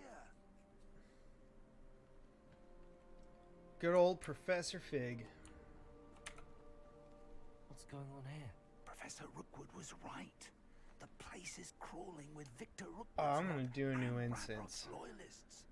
They're working together, all right, but it is not a friendly alliance. I'm sure you'll agree that we need to find a way in other than Well, the yeah, front gate. that Let's makes go. sense. It makes sense that Rookwood and Ranrock have an unfriendly alliance because we've learned that Ranrock's issue with like the reason he's running the rebellion is because he was attacked by a wizard he tried to return a wand to, and the wizard got all butthurt and attacked him because magical creatures aren't supposed to have wands. Meanwhile, the wizards tend to look down on the goblins. So like it makes perfect sense that they're not getting along, especially like we also know that they aren't sharing all their information with each other, which once again, same thing. My favorite incense, so there's two incense that I really like. Like this one that I did is Dragon's Blood. I really like Dragon's Blood a lot. And the other one is Nag Champa. I really like Nag Champa. And I don't know why I really like the Nag Champa. Other than maybe it's like a comfort thing. Like there's something about it that just makes me feel more relaxed. Give a shit if you know I'm here.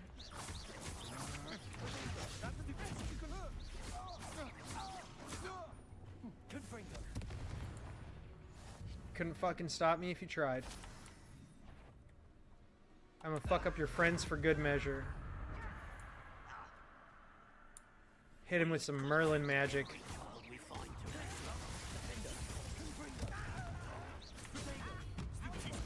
You sneaky shit.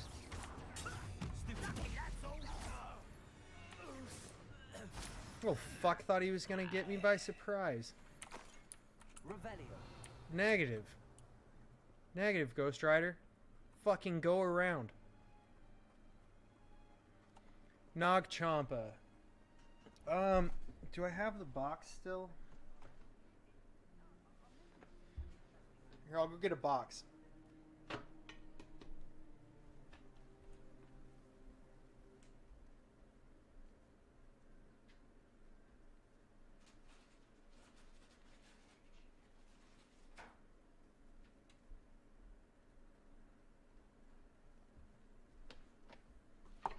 So let me take off performance mode so I can see, make sure this fucking actually focuses on this.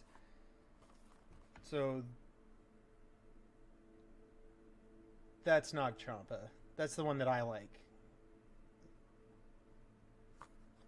I like that company's Nag Champa.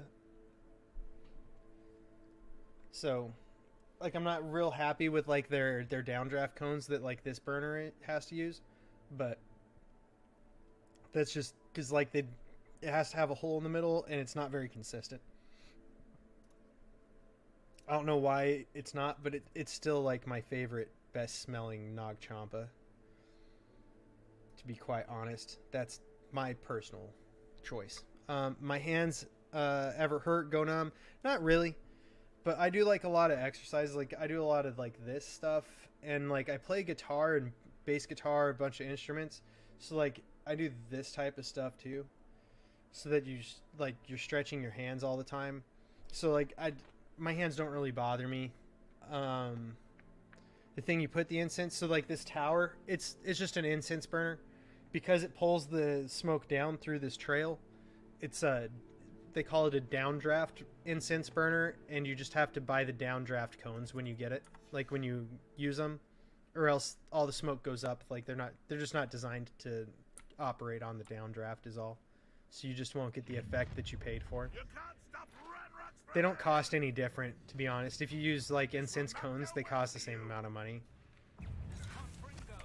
which I think is a little bit more maybe, but it's like an irrelevant change between that and like an incense stick.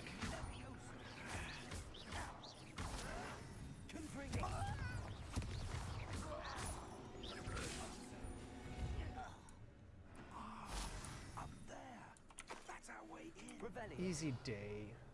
I really should have played this game on like the hardest difficulty. I just didn't realize it wasn't gonna be like all that difficult. I thought the combat was gonna be like more difficult, like I'm used to it being in games.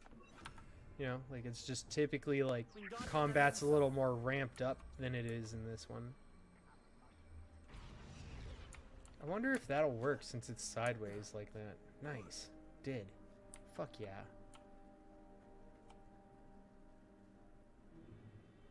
If I'd known your plan was to dig up half the country. I wouldn't have to dig if you could simply manage to bring me the child. We wouldn't need the child if you hadn't sent a dragon to retrieve the container I spent months and countless ministry favors tracking. You let them board the carriage. My options were limited once I knew it would be inconveniently beyond my reach of that infernal school. Have you not acquired enough power here? I allowed you to tunnel under my family home. Allowed me? You are here only because you are descended from a keeper and may at some point inadvertently become valuable. We had an agreement. Oh, he's descended from a keeper? Like the keepers are somehow related to like the ancient magic. Locate the stores of magic that But it hasn't really been explained. It's still kind of a mystery. So, unless you want another demonstration of my power... Yeah, you're just a fucking goblin, dude. Bring me the child. Nobody's that impressed by the fact that you glow, bitch.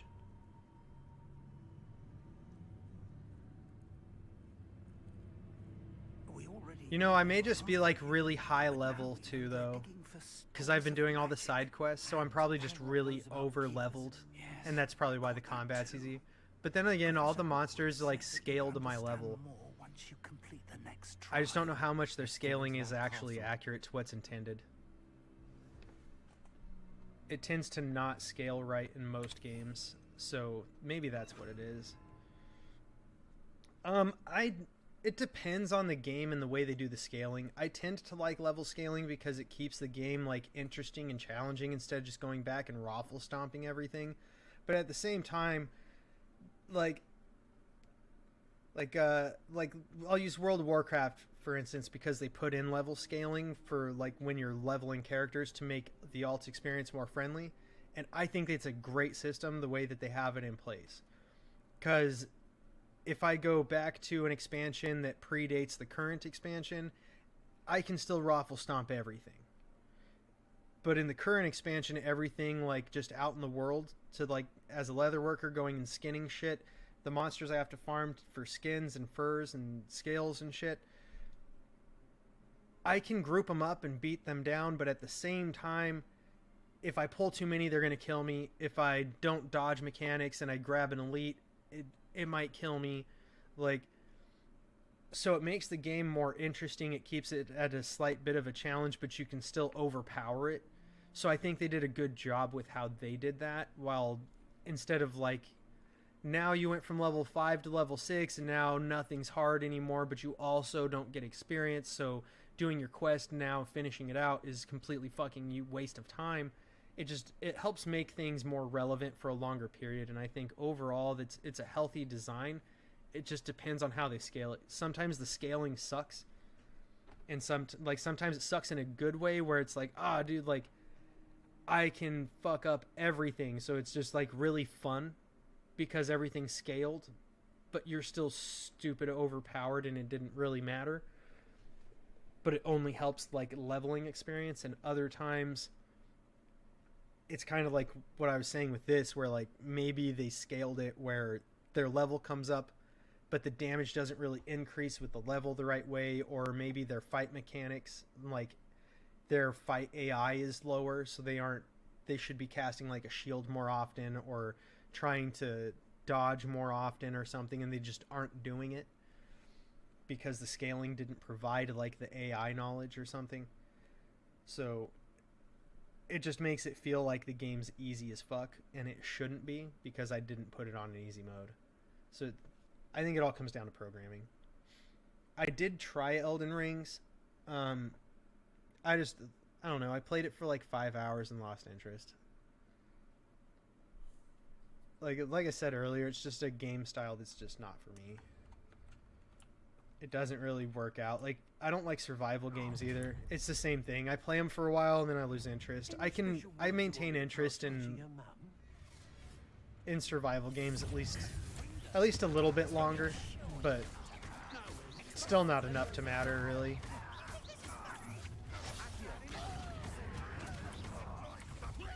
Fuck you, guy.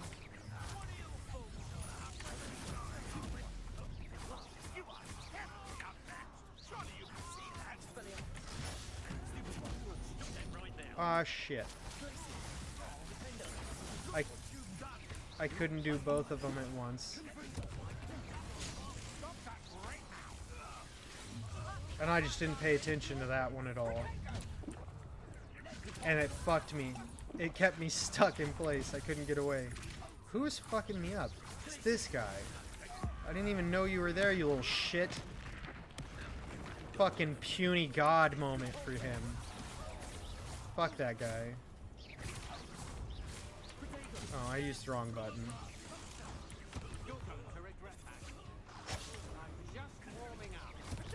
How many of them are here? This is kind of wild. Maybe I should have disillusionment charmed myself and stunned everything down. Too late now, I'll tell you that much.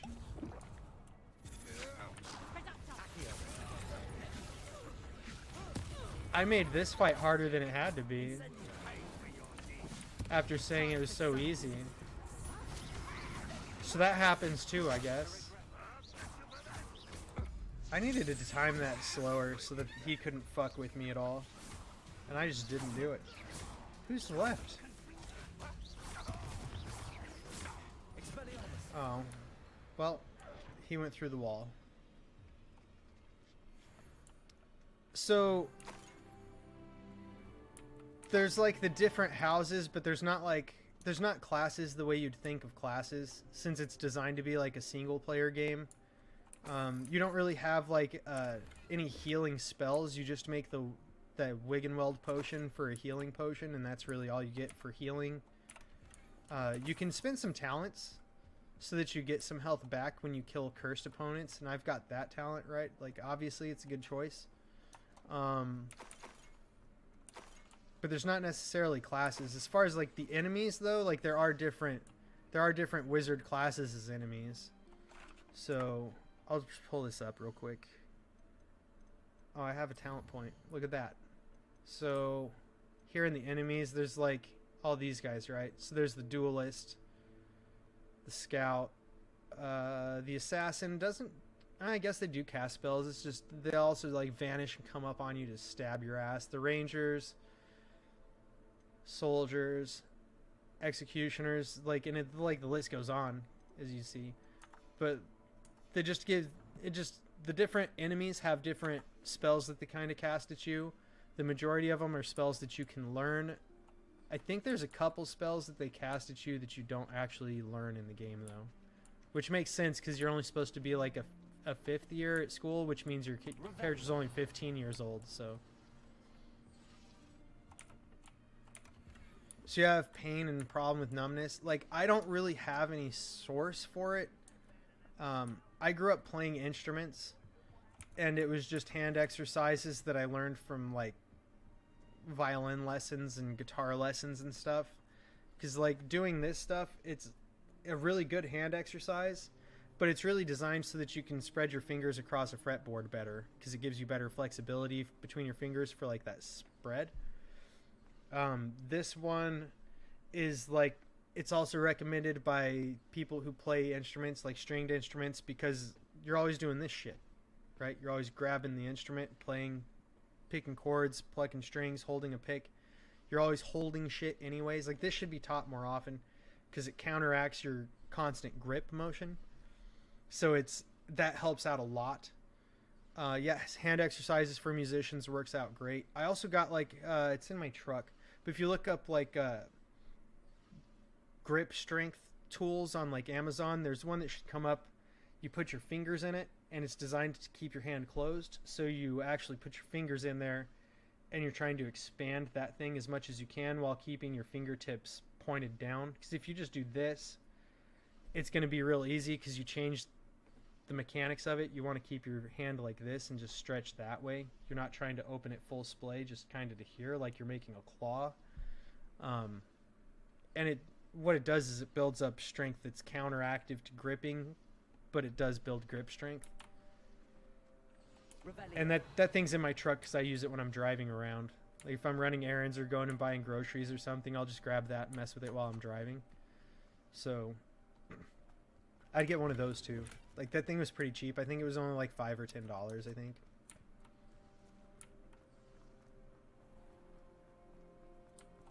But any way that you can really just kind of manipulate your fingers and hands so that you feel like you're stretching. Anything that's doing like a stretch like that in your fingers or hands will help probably help out. Like, that's the stuff that I do. I obviously don't know that it's going to help out, but like, I don't deal with any of those issues, and I have a lot of family members that have like carpal tunnel and stuff around my age, and then like I don't, and I do a bunch of stretching with my hands all the time. So even if it's not the reason why, it's probably worth exploring as a possibility. Quick way down. What'd you do? Some nerd shit to come in? Why wouldn't you do it the easy way?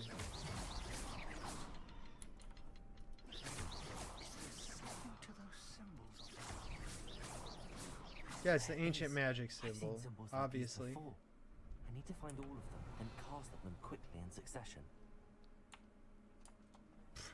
This guy.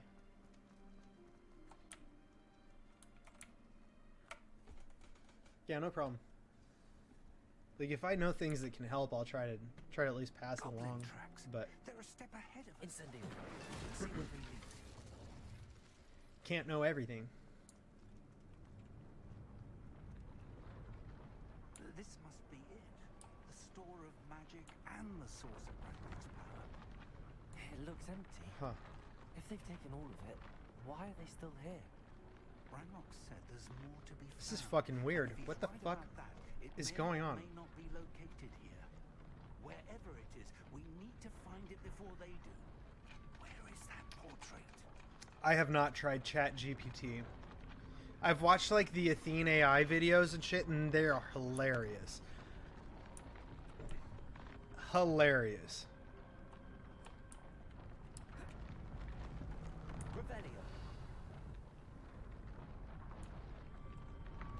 What the fuck? Oh, okay, there's a door. I just didn't see it. I fucking completely missed that when I scanned around the room. I heard something. I was hoping that was you. Well, it was, good sir. Your descendant can suck farts. Next. Professor Rookwood, the goblins and dark wizards who Peterson, Ben Shapiro, and Andrew Tate playing Minecraft. Oh my god, I haven't watched that. No. Things are more dire than I could have imagined. If, as you told Percy, I haven't watched a that one. goblin That's in his hilarious. vault was wielding a powerful magic, then they have somehow learned. It cannot be. And sir, they know you were a keeper. Ranrock used the term. This makes no sense. How did... We shall discuss this later. Right now, you must complete the next trial. Like, the Peterson, Andrew Tate, and Ben Shapiro AIs that Athene uses have all been fucking hilarious. I do think that Tyler 1 is the funniest fucking thing, though. It's so funny. He's so mad the whole time. It's fucking hilarious. The fact that Asmongold's fucking AI is always just true and real, dude. What a day. Like, it catches on to certain phrases that it holds on to, and it's fucking hilarious. That thing's hilarious. I love that it exists. Just tell me where I don't care if I know more about this shit. Let's go. The wield must first be fully understood. The trials will ensure that. Yeah, that's why I don't care about knowing more. I just want to have more of the power so I can fuck things up and get more loot. We will simply have to outwit Ranrock and my unfortunate namesake. Very well, Professor. Tell me where I need to go. I shall reveal the path. Professor Fig must leave you now. Yeah, you don't know how to use ancient magic. Get the fuck out of here, Professor. I'm better than you. Revelio.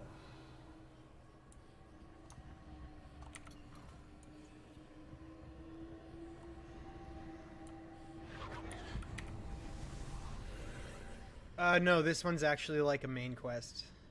I would join you if I could. The only side quests I have left are things that were like you collect by solving puzzles or like seeking out, trying to find them out in the world, like exploration type stuff.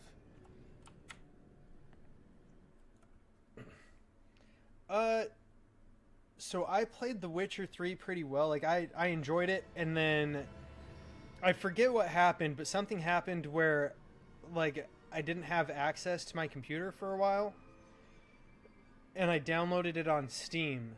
So like I wasn't able to play it for a long time, and I tried to, and I couldn't get back into it because I didn't remember where the fuck I was at and what I was trying to do or what had gone on, and I just haven't brought myself to starting a new file ever since. Revelio.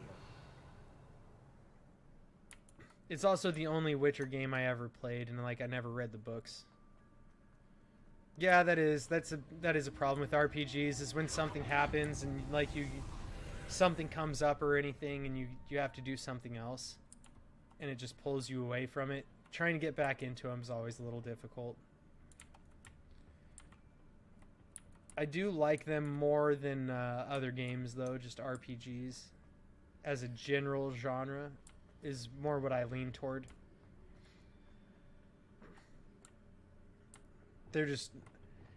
It's more of a, for me it's more fun to try and like immerse myself in an imaginary world than it is to just like do things that simulate things that go on in the real world. Like they're fun games, but it's not the same level of fun or the same kind of fun, I guess. And I enjoy the RPG fun more.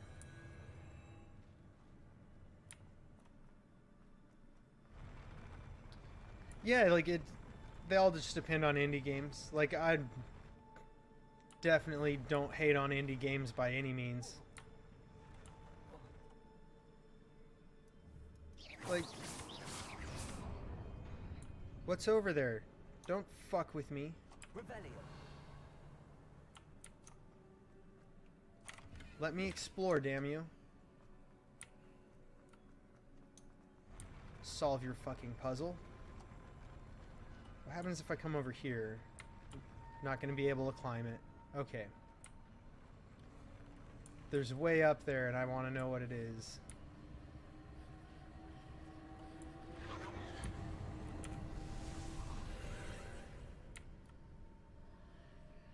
What did my magic change? My magic changed something.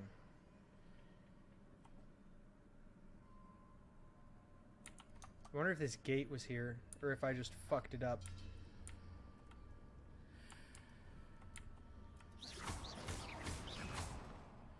The map reminds you of Warframe. That's fair. I can see that. That pillar is blocking the path. I'll need to move it. Oh. If I hit you once, do you spin all the way or no? Don't be a motherfuck.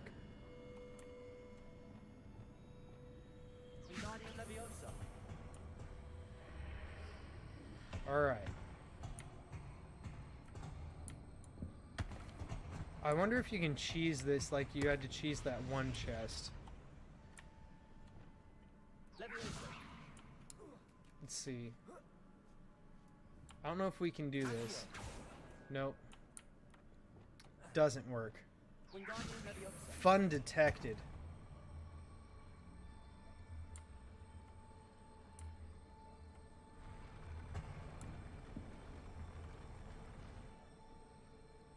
Oh wait, that's gonna fuck it up, huh? Because if I stop casting it, it's gonna drop it right off the edge of the universe. Oh, you know what? What changes if I go through this way? That opens up over there? Okay, good to know.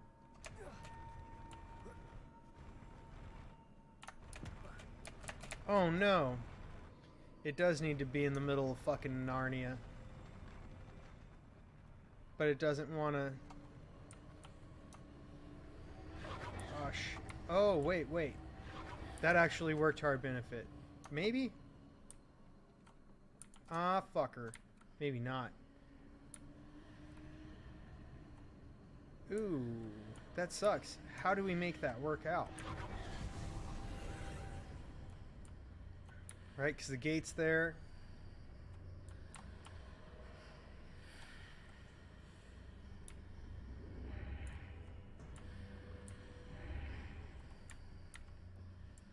I wonder, so if we hit it again, is it going to be different? Damn it. Because it'll change what's where. Like that. It just gave us that chest. Sneaky shit. Sneaky shit. No, I don't. I don't speak another language. I know bits and pieces of a couple languages, but I definitely don't speak them by any stretch of the imagination.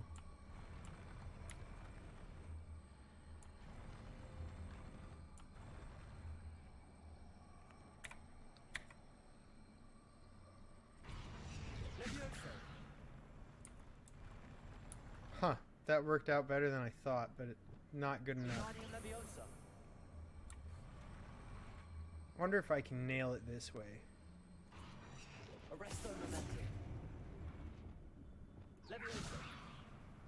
Wonder if that works. Nope. Fucker. Become native of any language, which would I choose? I'd still learn English. Hands down, I would still learn English.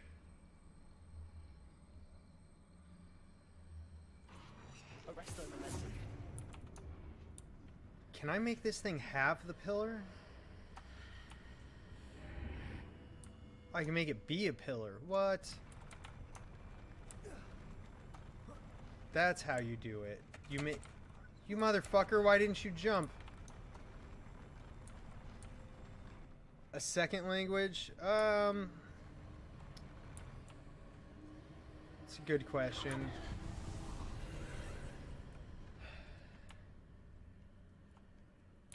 Fuckface.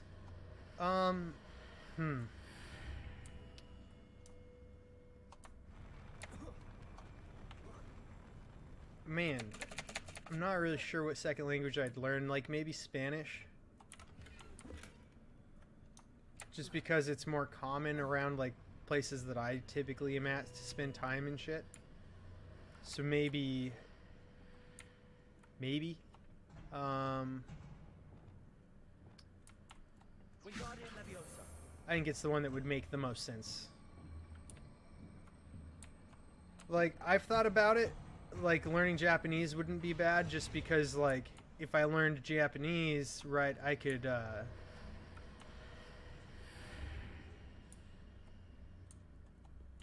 Alright, so now that one is the chest again. Oh, you fuck.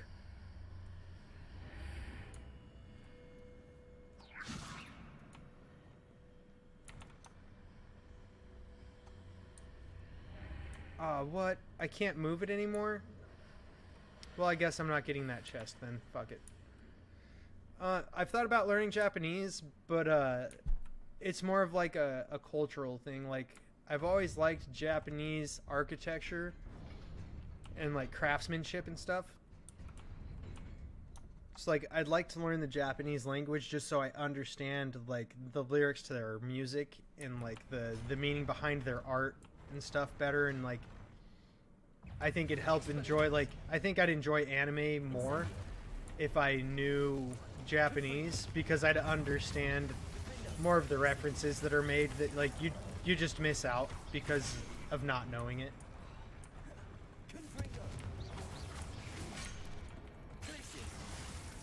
Yeah, exactly. As long as you can speak it. Their text would be really hard because the characters are so different. At the same time, though, if you want to learn it, you could learn it. It's just a matter of, like, desire and time investment.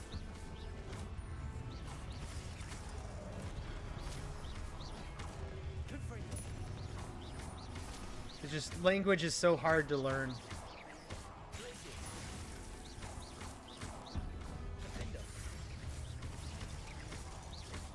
Get out of here with your shit, guy. Yeah, onomatopoeias are fun too. They are.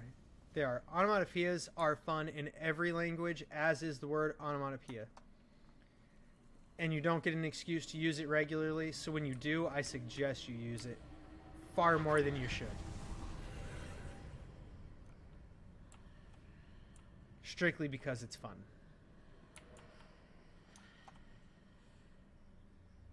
I believe I need to proceed to the left here, but how?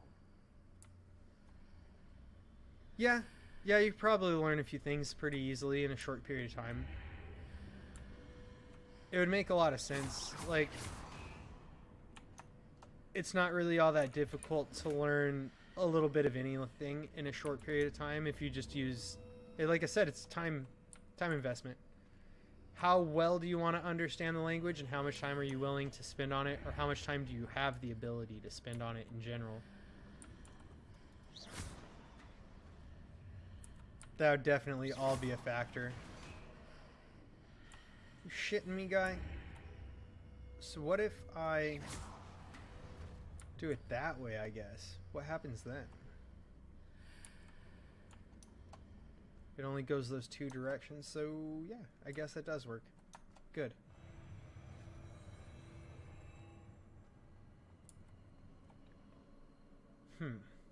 I'm not even sure what Anki is, to be honest. I don't think I've heard it. Unless I've heard it and just don't remember it. Which is also possible. Very possible. Oh, it's a flashcard app? That would make sense to use. I find for myself that using apps doesn't benefit me as much. Like, the physical act of writing things down helps me remember shit really well. So, like, making my own flashcards, for instance, would work out really good. I actually have to go through here to see this motherfucker? What a twist.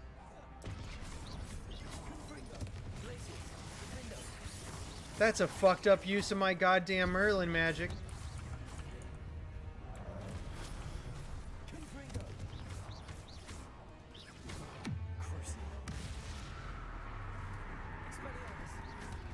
Yeah, exactly. That's what I'm saying, is like making the flashcards would work better for me because of that. I know for a lot of people too, it's like the act of not just writing it, like not just the act of like writing, but repetitiously writing creates better memory for some people. Like, it all depends on your personality, I suppose, for what works best for you.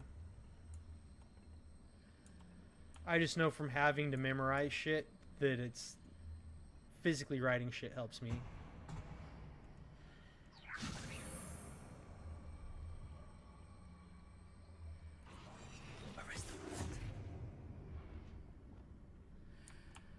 Let's see, we ran through it that way last time, so I'm gonna do it this way to make it the pillar. Oh, that's a motherfucker. Like, look here, guy. I need you to be up higher than that so that we can, you know, like, jump from here onto the other thing.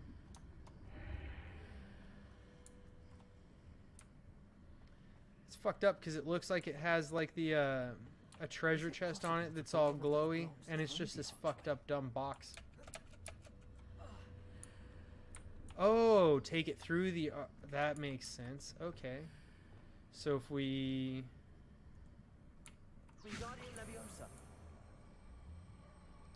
this way, right?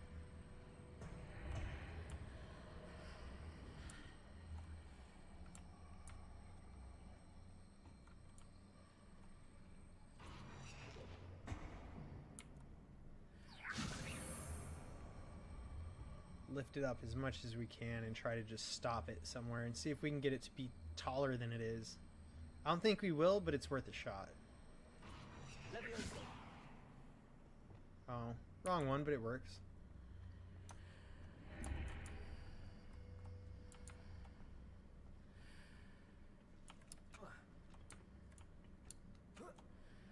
I see it just has the box float there. But I need that to be taller so that we can use that. Like, why can't you move this thing? That's what I want to know, is like, why doesn't that move? Because that needs to be higher. After pulling the block out through the archway, I can place it where it can be climbed on while on the other side of the archway. Well, yeah, I know, idiot. That's what we've been doing. I just don't think that we're going to be able to jump the gap.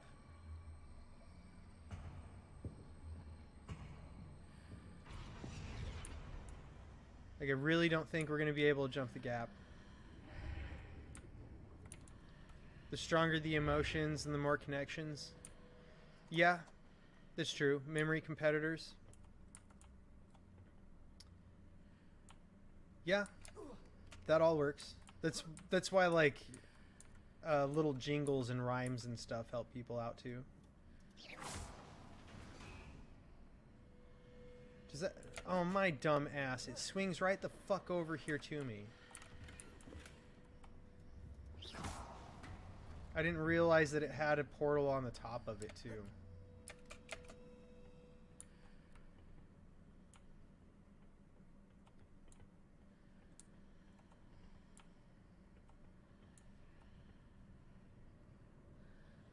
Huh.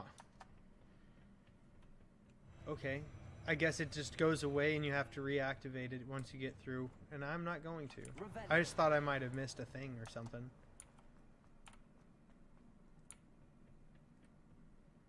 That's interesting. I'll take it. We can sell that and make some galleons and have some money and buy some shit.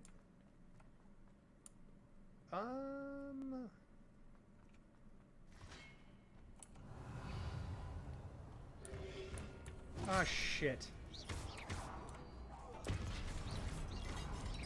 I figured I had to activate the stationary statue in the middle. I thought I was outside of this shit. Shenanigans, you motherfuck. No. Okay, that statue actually just broke. Destroying all of my thoughts of what was going on right here. It's like the first time you run into these statues, the ones kneeled down in like a similar position, but we had to rotate them. So I thought we were going to have to do that with this guy. And it's... Nope. Nope, you can destroy him. It doesn't matter. Fuck that guy. So we can go there or here. But if it's pulling us here, then there's probably some like loot this way, right?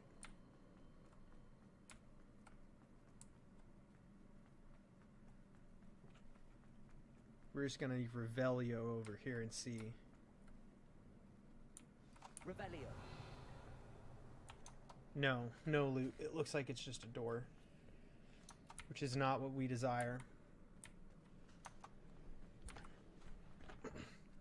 Yeah, if you can associate smells and utilize those smells too, should create the biggest memory connections because of your olfactory and your brain being so close.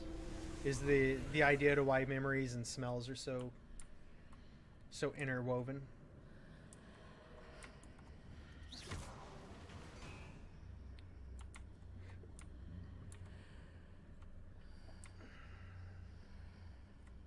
Oh, what the fuck, dude? Look here.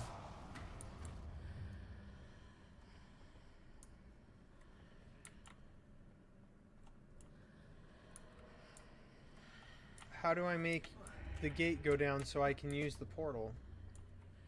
Revelio.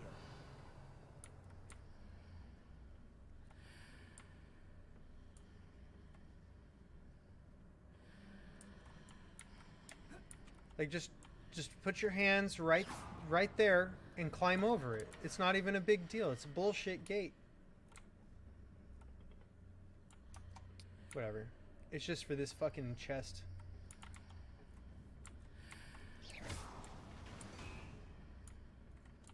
Not the biggest deal in the world.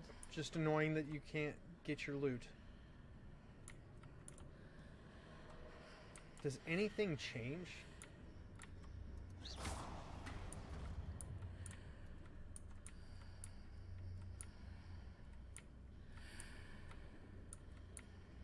So not that way, nothing changes, but what about if you're on like this side of it? Oh fuck.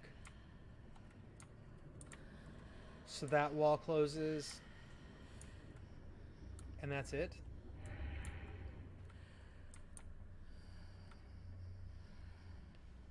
Alright man, thanks for coming by. I appreciate it. How in the hell do I solve getting through that? Like, there has to be a way to do it. I'm so curious. Fuck it. The only thing I know of that would change is maybe finding a way to get that fucking chest. And maybe I gotta come back to it after this anyways. Curiouser and curiouser.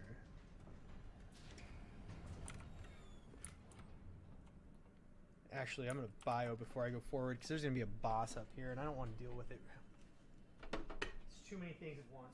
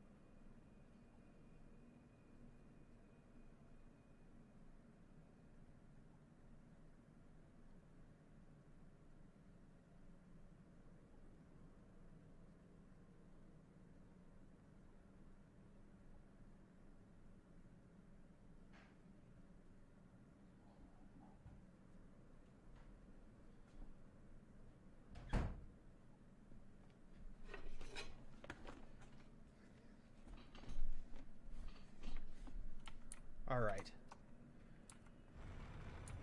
Now that we don't have to think about urine, we can come over here and fuck up whatever's gonna happen. They have all this shit here to throw. They gave us potions. Oh no. Oh, what? Not good. Oh, not good at all. Get fucked.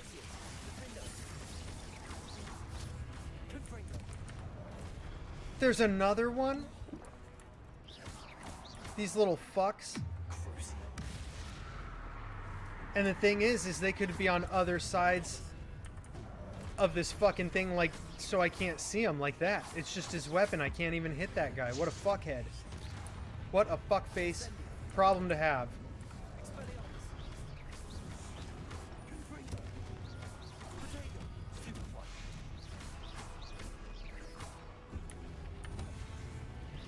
Oh my god.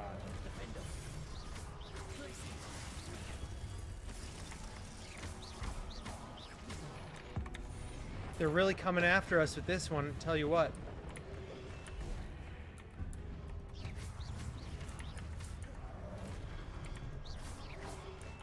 Ah, shit.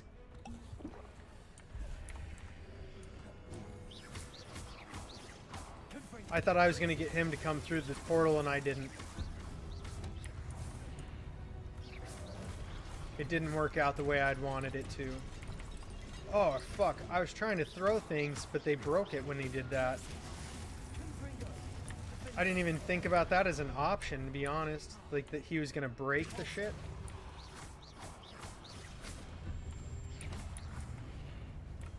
This motherfucker. Get out of here with your shit, guy. Nobody got time for that.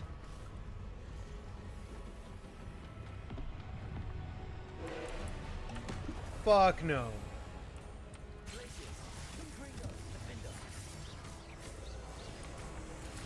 Oh. Shit. Right? There's an arresto momentum thing to fuck him up with, right? Was that how we did that? I don't remember.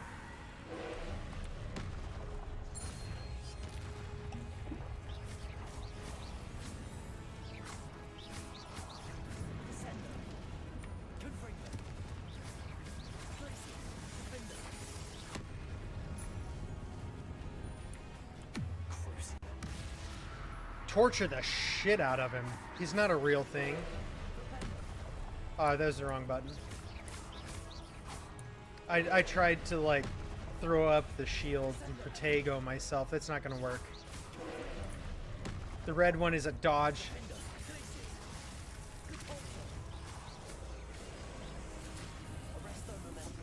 Nope.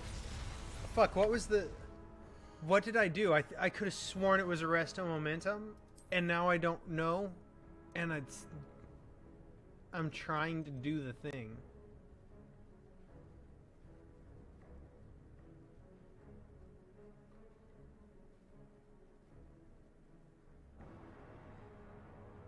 It can be exploded. Fuck. How'd I do it?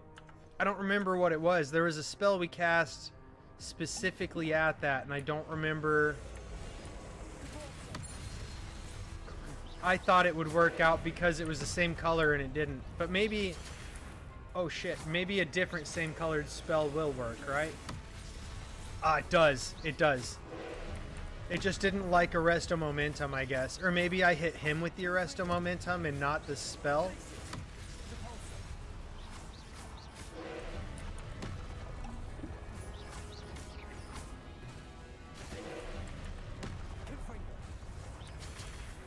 Ooh, ooh.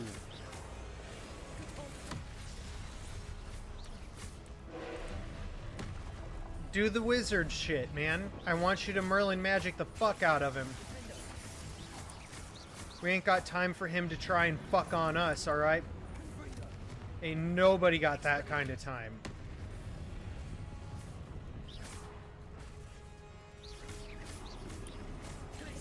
Oh, what the fuck was that? Oh, you know what? Maybe we, Ah, shit. What do I do to that? Leviosa? No, that didn't do it either. Damn it. I'm like on the wrong thing now. Let's see. Nope. I was gonna try to hit it with the Glacius and see if that's better. I don't know if it will be, but I want to give it a try. There's something we can do to that, and I just don't know what it is.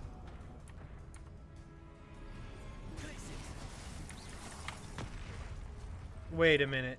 I cast Glacius and it gave us a block option. Maybe that's the way to go. Yes, it is. You just have to hit it with a different spell and it gives you the right thing. Oh shit. I haven't paid attention enough to get fucking one of those. Oh my god, it gave us the option, but it didn't do it at the same time, so I thought we fucked up. We got it that time. We got it that time. Fucking A, Cotton.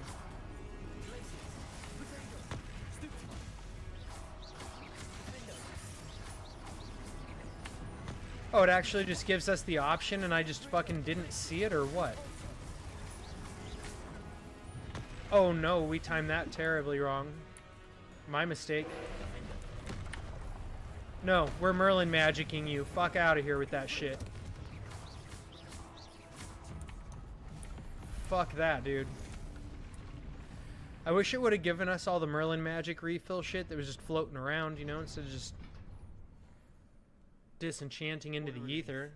Fuck.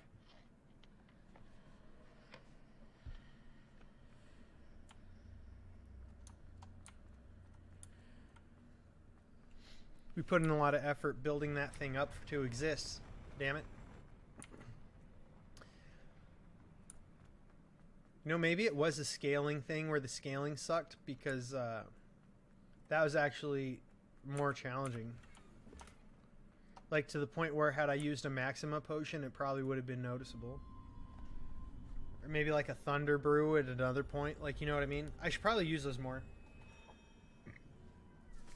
We might be reaching a point where item usage and consumables matter. Like maybe the game's catching up to our level or something, right? I have no idea.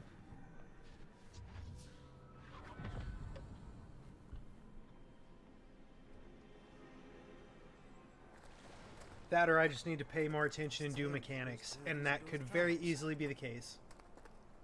Do come in.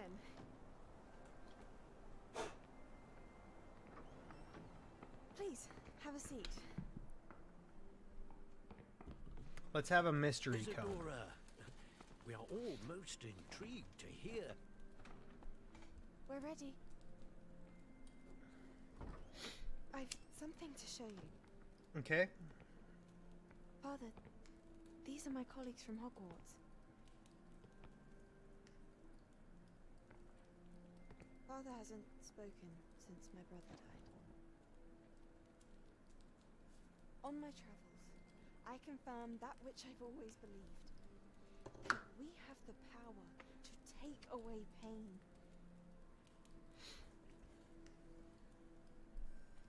To an extent, yeah. But you can't use magic to solve all the problems. Isadora. That simple, really. Ooh, look at you go. What'd she pull out of him? What have you done? I took his pain. She pulled out pain? But, like, that's not good. This is uncharted magic, Isadora. Like, did you remove all pain, or did you can only see remove what that has been instance sealed of in the pain? jar, and we do not know what power that may hold. But the traces of that magic are different from what I've seen before. Thank you.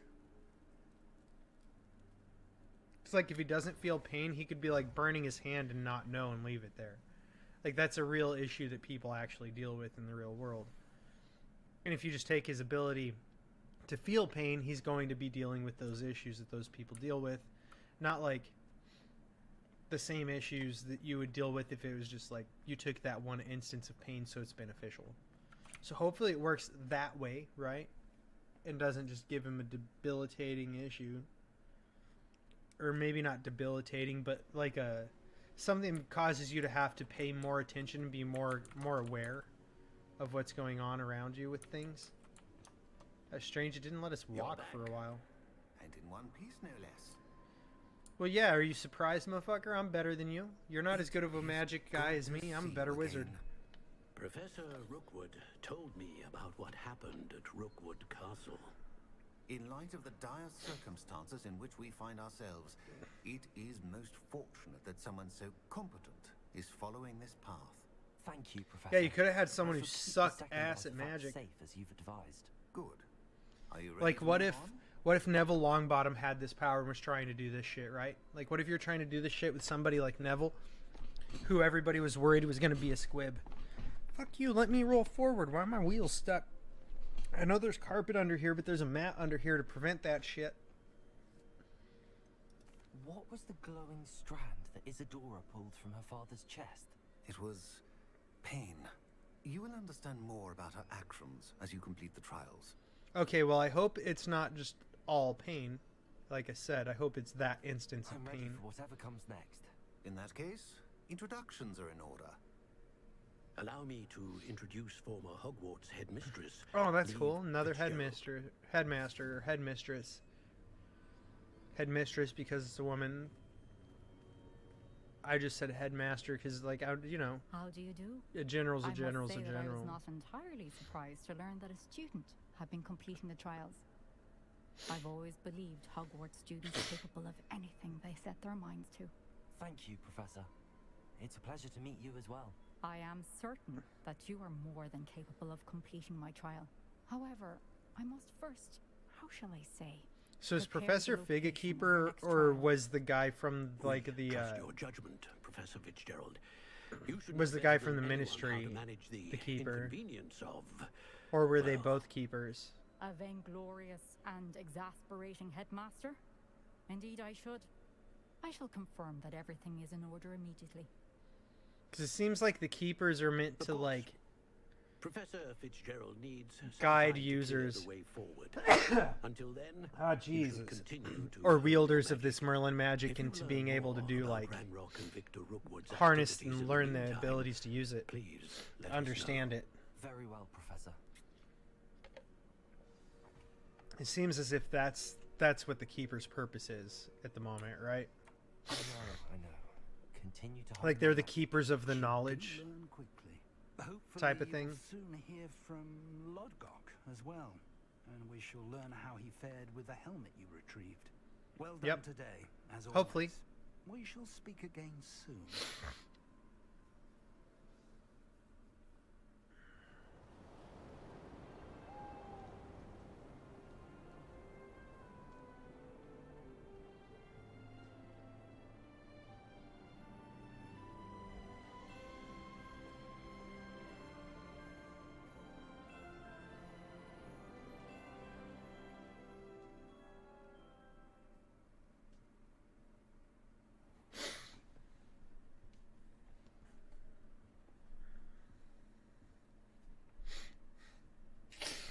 Jeez.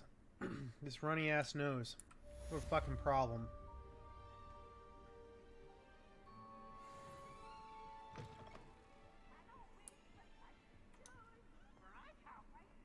Oh wait, we go up. Why the fuck am I going down? Revelio. Is there even anything down there? Like, why would we go down ever? Natty told me about your run-in with the poachers. I have some news about them as well. Can you meet me soon? I fear that some of what I uncovered has to do with you. Uh-oh. Poppy Sweeting she's found things that might have to do with us. We're gonna have to figure that shit out. Put this over here a little bit closer. Fuck it. If it's in the camera, and it is, then fuck it, dude. Fuck it. We'll just put it here so it's a little more minimal, but this is where I'm chilling. So that's gonna be where it is for the moment. Fuck it, bro. How hilarious. I forgot to change my shit to this. Not hilarious. But it is what it fucking is, man. It is what it fucking is. You win some, you lose some. And that time we fucking lost. But it is what it is. Here we go. God damn it, GeForce. Don't try your shit on me when I'm playing games. I can't download fucking video card drivers mid-game. Get the fuck out of here. Billy Jack bullshit. No one got time for that. Nobody got time for that. Ah, there we go. That sounds better. Where's that at? Where's... Damn it. Do what I want. Where's that at in our camera? Ah, that's not bad. We'll leave it there. Fuck it. It kind of blocks our incense, but you know what? That's going to be the price that's paid, I suppose. Maybe I will. I definitely will, because I want to learn it. Let's be honest. We need all the spells we can get. That's right. It's right over here. We haven't put anything in here since the first one. Let's see how many we got. Making good progress with those. Oh my god. You have to do them individually. I have no idea how many of these we have. But I have not deposited any. I don't think I've even really come back to the Gryffindor house unless it's made me. But we haven't really been here much. Damn, we're 3 short. Fuck.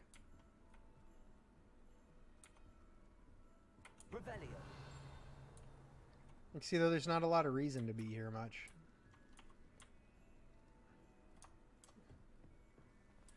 So we just haven't done it.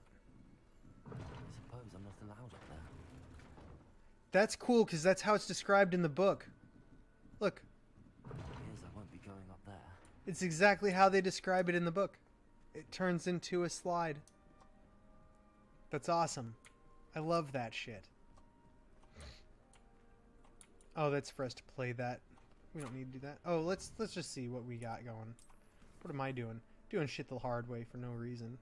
That's what's going on around here. Doing shit the hard way for no fucking reason. I'm gonna have to make sure in the future that I remember to fucking change that over. I'll write down a note. Talk to Deke in the room of requirement. We'll do that first. Man behind the moons. We gotta loot those.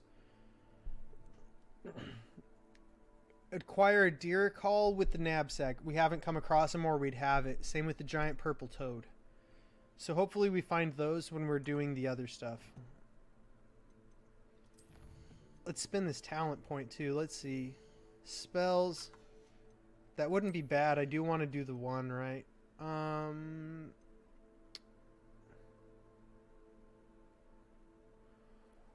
What Crucio will hit nearby? We're definitely doing that. If Crucio's gonna hit the nearby enemies, fuck them. Being Crucio more people at once? Fuck them. They have it coming. If they didn't want to get cursed, they shouldn't have tried to fuck with us. And as we saw before, them motherfuckers are casting Avada Kedavra at us. Why should I give a shit about Crucio? They're willing to cast the unforgivable curse that kills you, also known as the fucking killing curse. And I'm supposed to give a shit about using one unforgivable curse? No. No way. Not us. Not us. Got me fucked up for somebody else, my friend. So they read this one to us. We don't have to listen to it. Yeah, I think that's actually it. Challenges, you know, we could unlock some new appearances, most likely, right? We'll check it out. Why not? Fuck it. See what we got. Combat. So... Okay, so we got Protego Shielding 2. That's what we got unlocked. And Anti-Venom 2. Okay. And this cloak right here. The Autumn Festival cloak. Okay. Nothing great, nothing bad. Just things that are what they are. Which isn't all that special, let's be real. You know what? We'll run around and collect all this shit. Thunder Brew? Guess what? You're gonna make me a new Thunder Brew. Get got, son. Oops, didn't mean to do that. Get got, son. Identify what we didn't have identified. Okay. Okay. Nothing new. We already have that look, appearance rather. Jeez. So, shit. That one's making the Thunder Brew, right? So, this one's that one. That one. That one. Alright. That's those three. Fertilizer, fluxweed stems is what we got out of that this time. Grab those mats. I could, but we're gonna come up here first, Deke. We're gonna do all our collecting, and then we're gonna talk to you, buddy. Oh, you know what else we should do while we're in here, most likely? Take care of our fucking animals. This is the one with the moon calves. We may as well drop them in here.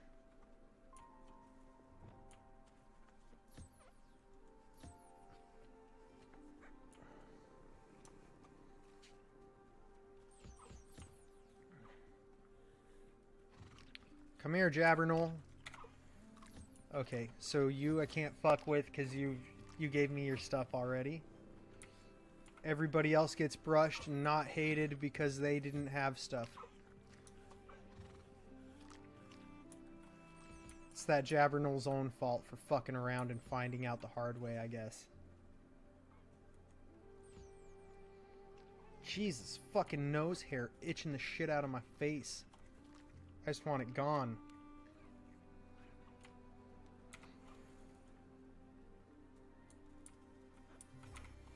Get to eating, mofo.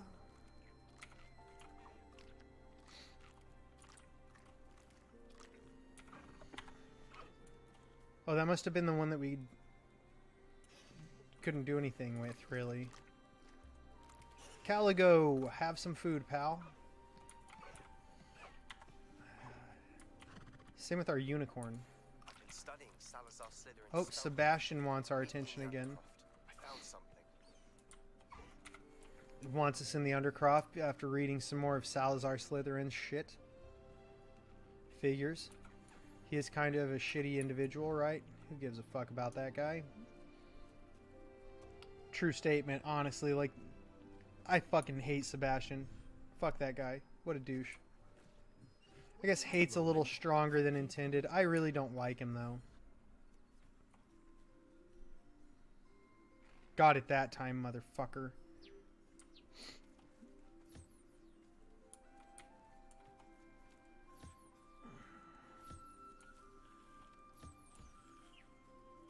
Oh, you dirty little shithead. No, Fwooper. There you go. Fucking dickhead of a fucking animal.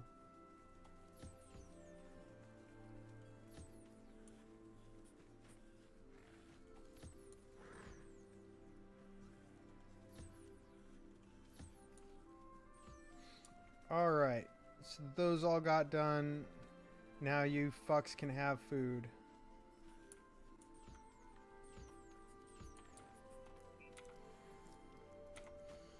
Like, why is this one named? But the other ones aren't. Like, what's different about these Thestrals?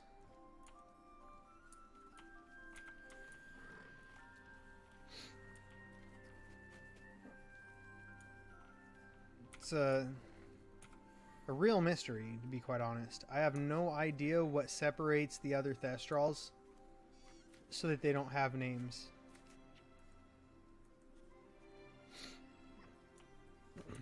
Like, I haven't gone out of my way to name anything.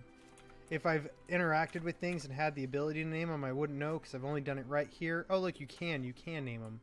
I didn't name it.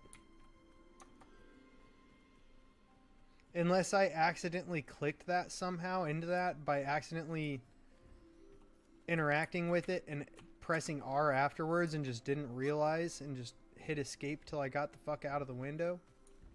I don't know how it got a name. Let's see if we can name this Puffskin something by accident. Nope.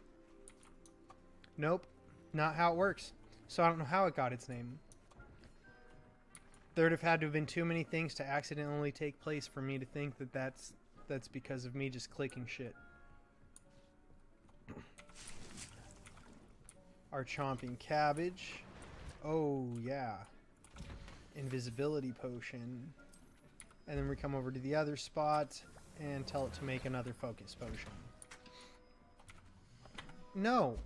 Damn it. Fucking give me the options for the things in front of me and on the fucking screen.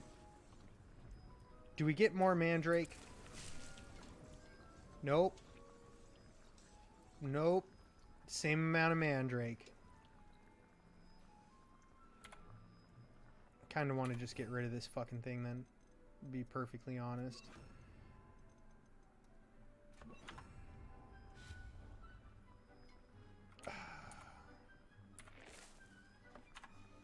Like I don't need a big one if that's the case, right? We can just conjure us up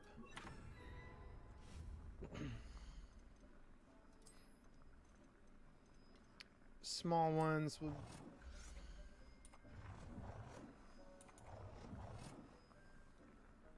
Oh, that's not the one. A table 3. Like, I may as well just have 3, you know what I mean? Like, why not?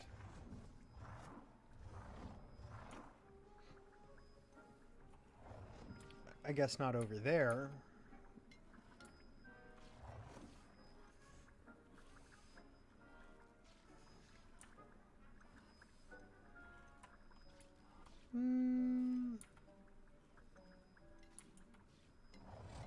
No, we're gonna put it right over here. Like that.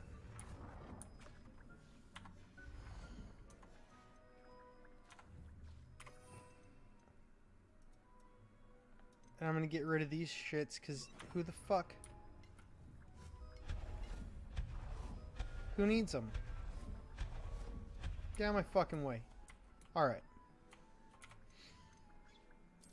Mandrakes.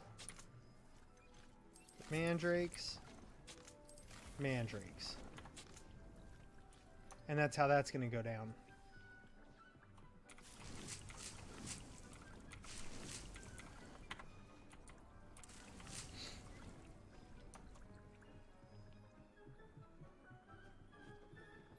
See if we're actually able to loom anything new. Nope. We need toadwarts, and I don't think we have this stuff. Diracalls, and I forget. I know it's too powerful, but like you could show me still. You don't have to be a dick. Measles. Okay. Toadwarts. We can upgrade this though. Then we need a phoenix. We don't have any phoenixes.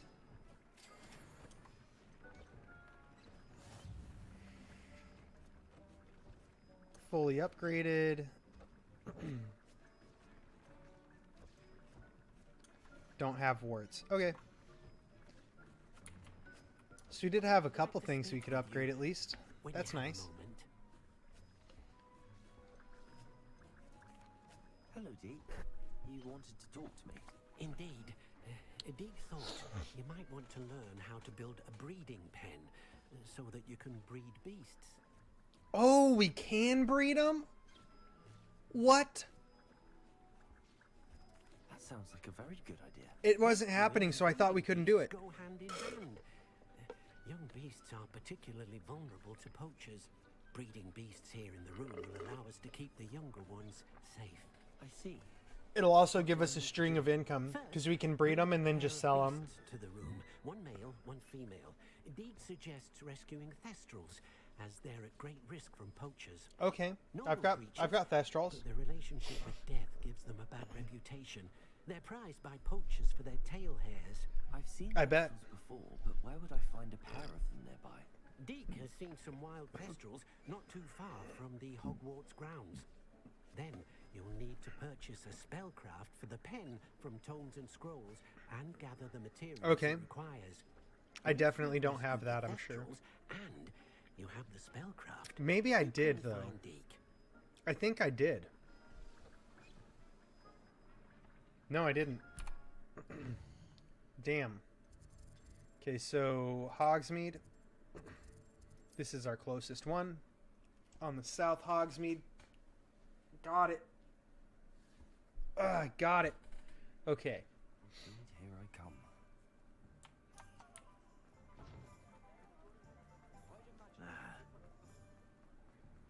Run down here and do our shit. Oh. Hello there. Come on in. Plenty to look at here. I guess that door should work too. Just takes you into the other side. Should be fine. Oh no, we don't have enough coins, but we do have a bunch of extra bullshit to get rid of.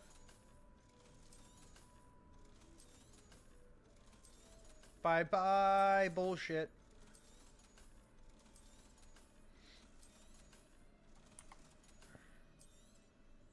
Now we can conjure a breeding pen in the room.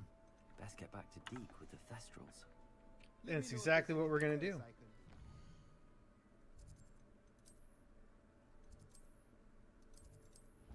Exactly what we're gonna do. Oh, that felt great.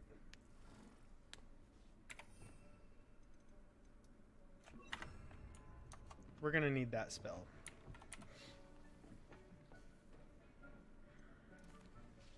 I've rescued the thestrals and bought the spellcraft for the pen. Excellent. Now, to breed your thestrals, simply release them into the same vivarium in which you conjure the pen. So we're gonna put the pen in that vivarium. The process. Come and see Deke when you're finished. I shall. I wonder where I should conjure their pen. In the one we have the thestrals in. Don't be stupid. I hope that's just another expansion to the vivarium, because we have more animals to find.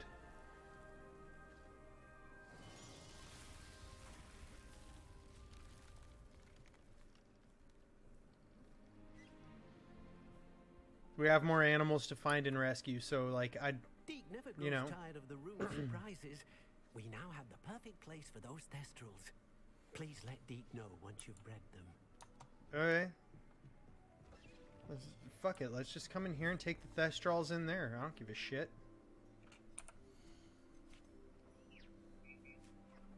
Settle yourself. I mean you no harm. We'll pick up all of them, including Sepulchria. Oh, jeez. Oh, okay. That's confusing. Does it take us around? Oh, it does. Look at that. Alright.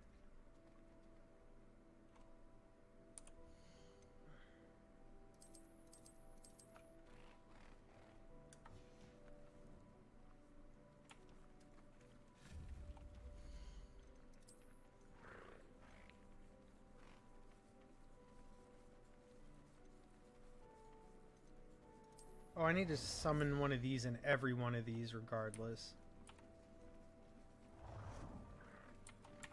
Look here, Thestral. Why are you fucking with my happiness? Why you gotta be in the way like that?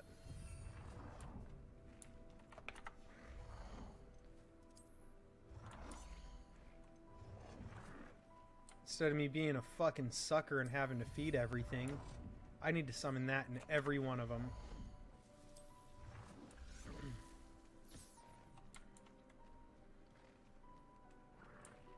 And some toys, you know?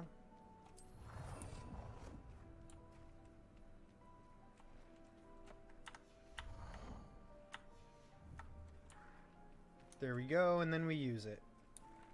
I need to do that inside of every one of them, though, for real. Is that it?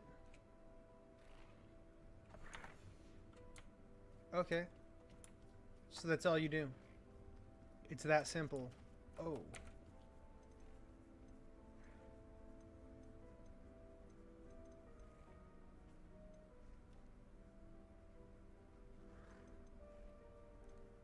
Let's give him a moon ball, I guess.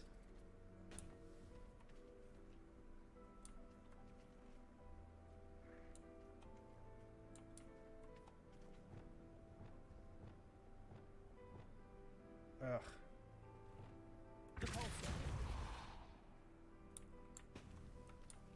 Jesus. I didn't mean for it to fly the fuck away from them so bad they couldn't do anything with it ever. Jesus.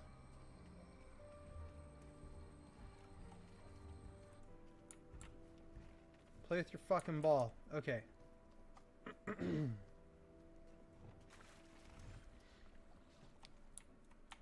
We'll run around this way to go into this one and summon the same things, right? I can't summon, or I can't breed my unicorn because we don't have another unicorn. We need a male. Good to know. Who gives a shit about any of that?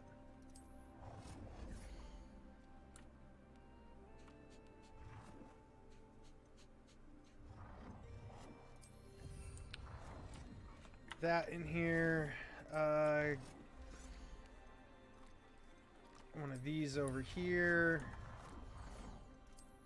And we'll put this guy right here.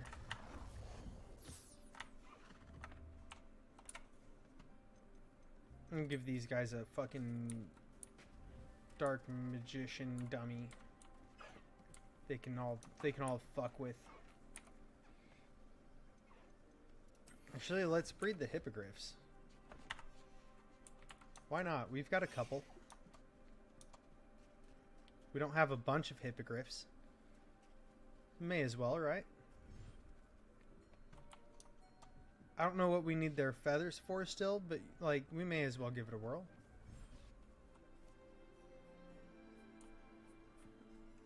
And then we need to summon in this space. What in the titty fucking Christ?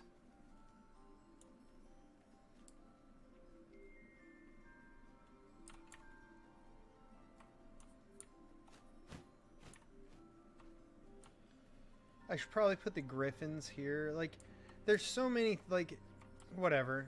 The fucking areas are good for, like, all of them, really. Like, let's be real. It doesn't matter. It's not like any area is really not suited for any of them in some way. It's just not how they designed it. That there. And since your ass is in my way everywhere I fucking go, this is gonna go here, and this is gonna go here. How many of these can you just one? Good. So it's one in each. And we'll give you guys a quaffle. Alright?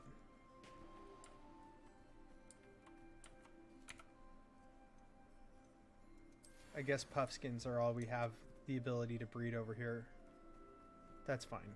That must mean we have all one gender of, like, nifflers or something.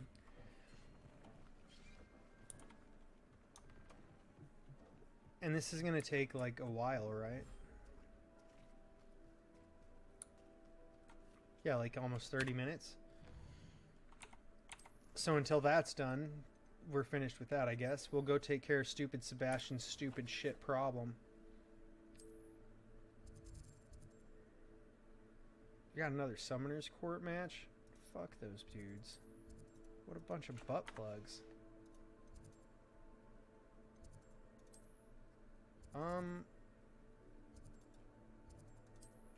Like, look here. You're fucking with me, right? It's way up there. That's secret rooms.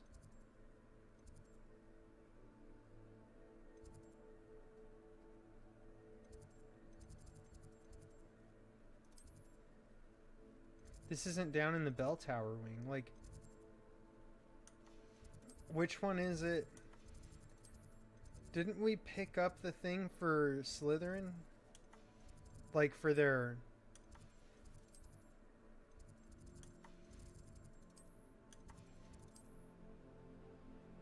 Like, 'cause we have Gryffindor common room.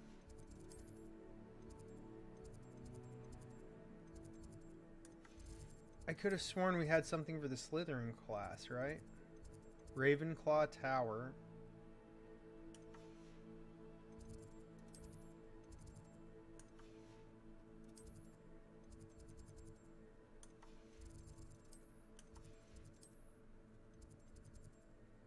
No way.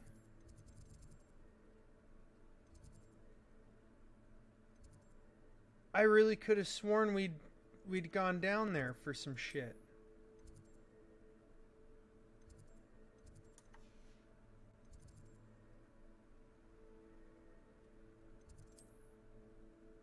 That actually sucks.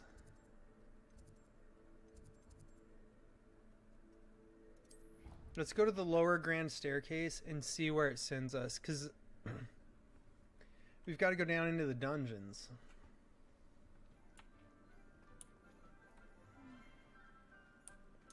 That was the one? The lower grand staircase was the one? Motherfucker. I'm getting my fucking galleons, and you knew it. Kelpie statue. This statue depicts a Kelpie, a shape-shifting water demon native to Ireland and Great Britain, which usually takes the form of a long-maned horse. The largest Kelpie ever reported is the Loch Ness Monster in Scotland. So they're calling the Kelpie Loch Ness, like Nessie's that? She's a Kelpie? Who would have guessed? Who would have guessed? Fuck. Fuck. So that wasn't that's not the right fast travel location. It just seemed like it because we were less than like 100 away, right? Okay, there's our key. Where's it taking us?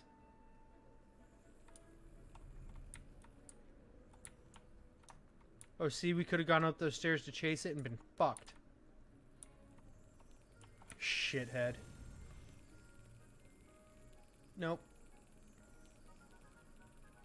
Nope. Gotcha. Spank the ass of that key. Just slap it around until it's in its place. That's the way it likes it. It's a submissive key. Revelio.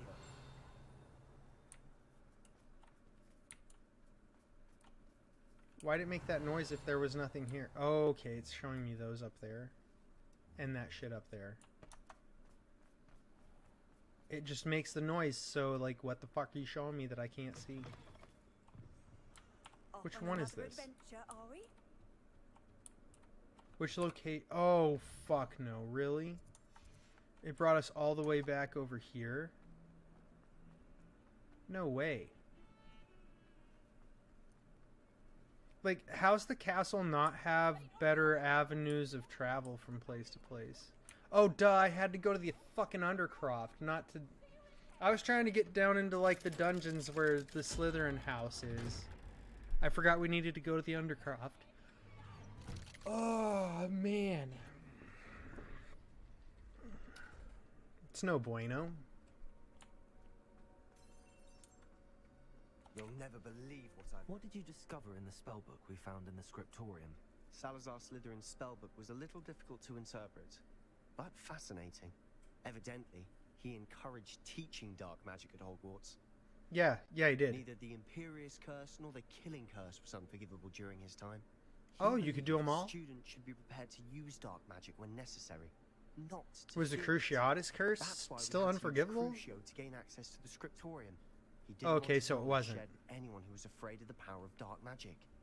Got it. That makes sense. I do not regret using Crucio. We've used it a lot. Casting Crucio was our only option. I'm And I glad don't we like did, you. because in the spellbook I also found something else. references to a lost relic, which, from what I can tell, grants the holder the power to reverse dark magic curses. And you think this relic might be able to Are you save sure? Precisely. Because it seems to me I like plan you're to just search making for this relic, guesses. but I don't think we should tell anyone. Especially Ominous. He wouldn't understand. No, he said stay the fuck away from dark magic. He doesn't want to be around it, doesn't want to be involved in it. I see no reason to involve Ominous. And I've been trying to I'm keep glad you secrets agree. the whole game. When I know more, I The shall game send it out. decided you couldn't keep them, not me. And don't I feel didn't sorry realize for that was Ominous. empty. That's a Keeping this to motherfucker. ourselves for now is for his own good. I'll decide what's for my own good. Ominous, Uh-oh. we were just about to get some air. Care to join? You're a liar, Sebastian. He is a liar. I've heard everything. Quite the cunt You face. swore you'd never engage in anything to do with dark magic again. No, I didn't. I said I understood you wanting that. I'd never swear to give up on finding a cure for Anne.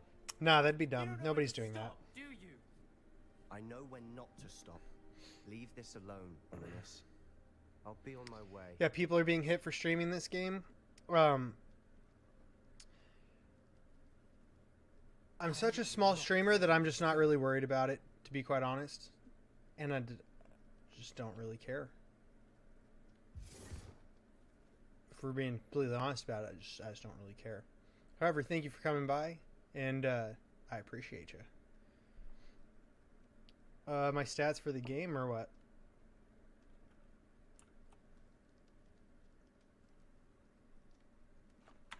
Because, like, the stats for the game, I don't even really pull them up ever. I don't even know.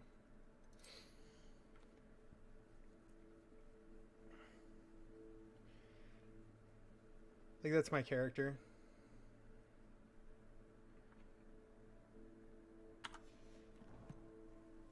Like 51% of the challenges, I guess.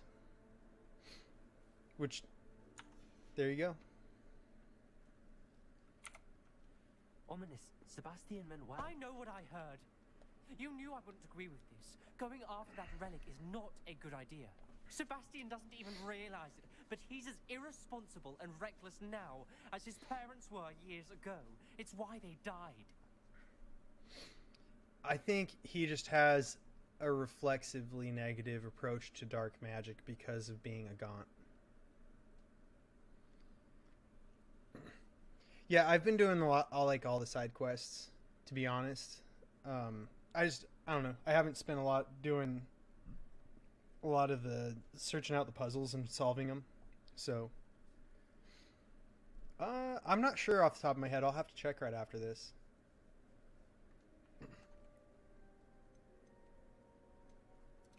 I knew his parents died, but I never heard what happened. Mr. and Mrs. Sallow were professors. There we go. Spent nearly every waking moment Back in the cellar popping. library. Feels great. Noses buried in books. Anne and Sebastian were upstairs when it happened. They heard a sudden crash and ran downstairs, but it was too late. Their parents had crumpled to the floor. A defect with the lamp in the cellar caused the room to fill with an undetectable toxin. Sebastian and Anne were helpless.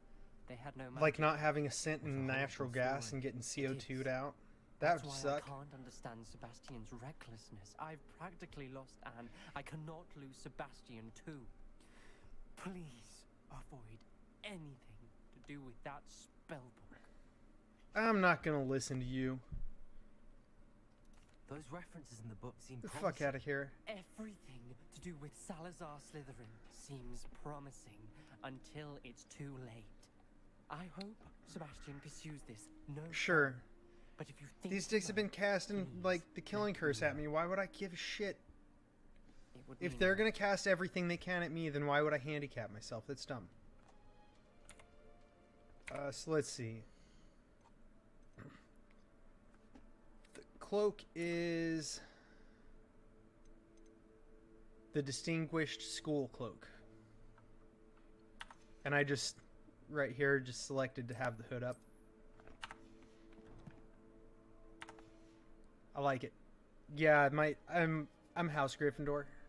Going through their whole like questionnaire thing, setting it up with Warner Brothers before you start the game. That's where it put me. On the computer, it's the F key when you're mousing over. So all you do is mouse. Oh, not the F key. It's You mouse over and right click. I think I just said F key because it's typically what you're pressing in this game. Yeah, you just right click on the computer. I'm not sure what you do with the I'm not really sure what you do with not a computer, like on any console. You got Ravenclaw playing as a Slytherin. That makes sense. I just kind of decided I was going to play this character however I feel like answering and going down the dialogue, since I know it has multiple endings, seeing where it takes us. So I figured I'd go with where it sorted me on their questionnaire and everything.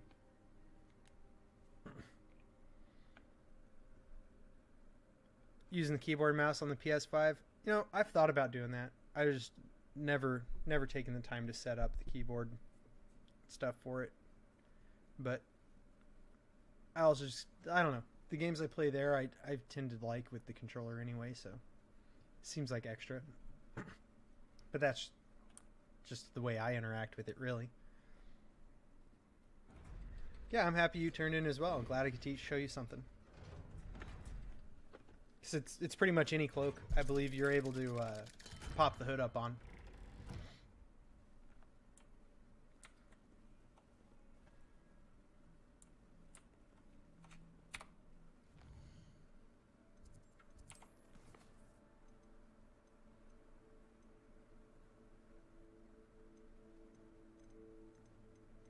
That's it, just talk to those fools again. They didn't give me anything better. What a bunch of losers. Nice, got yourself some snacks? That's always good. I'm gonna get hungry in like an hour. And then I'm gonna just dive into food probably. What's I doing? Oh, figure out where this quest is.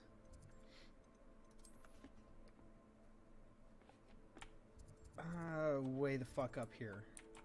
We'll just go to that one then. That one's closer.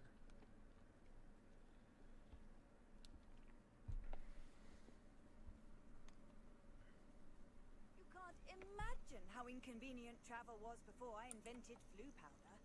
Yeah, I can. I'd have to fucking get on my broom or my griffin and fly everywhere, and that would suck. Who the fuck wants to deal with this shit? Be slow as hell.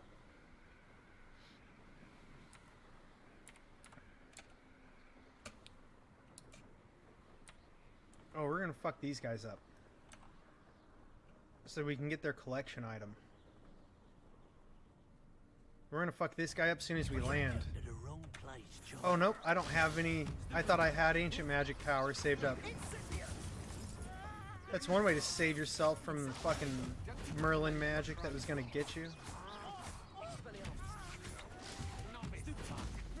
Fuck that guy. What a jerk.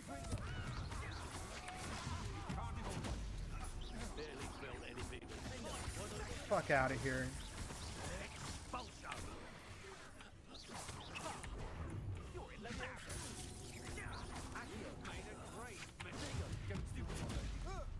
Where you at? Come here, fool. No wands for you. Wait till Sebastian knows about this. I think's. An ashwinder. I don't know if I'm actually just like good at the game and that's why the combat seems easier, if it's because it's how it scales and I just out-leveled all the quests that I'm doing by doing all the side quests. So we'll see how that goes. Alright, now we're going to check out this talent point. Oh no. I thought I leveled up. No, I did not. I saw your see you thought I leveled up too. We both saw the same thing. All right. Natty told me what the two of you did. Alright, Poppy. Fine. I'm keeping an eye on her. She's safe, Poppy, I promise. Good. Oh, you leveled up. I just saw something wrong, and then I must have saw like the news about the poachers? when my experience popped up. I probably thought I saw it. I overheard them talking in the Hogshead. Oh, the bot in the Just so as you interact, it gives you like levels and stuff, and I think you're able to interact with it differently at different levels. I know it does like a game and stuff too. It does somewhat, but at the moment I'm more concerned about what else you heard the poachers are up to. Fair enough. but I hope you'll let me know if I can be of It's help, like a especially text after what you response did for game. Highwing. Does the name Horntail Hall mean anything to you? I'm afraid not. Why? What is it?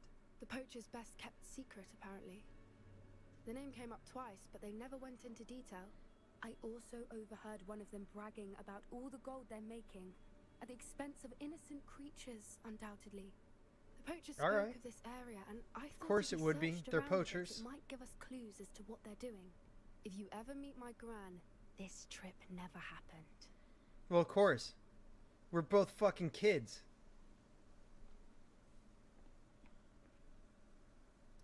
Not to worry, Poppy. If I ever Like, are meet you your gonna run gran, off I and shall tell not my speak a word parents, of this. there's like I normally tell guardians her or whoever the everything. fuck's in charge of me, She might be that my best friend after Highway, I'm but off doing she shit? knows how I feel about You the gonna go poachers. tell Professor I Fig think that I'm she probably knows doing I'll shit I do shouldn't be doing? something. Because I'm definitely doing shit I Ill-advised. shouldn't be doing? Whatever gave her that idea? I trust you're not gonna go tell the world if I This hit way. somebody with a Crucio, right? Because I probably will. Probably just be like, fuck these dudes and Crucio the shit out of them.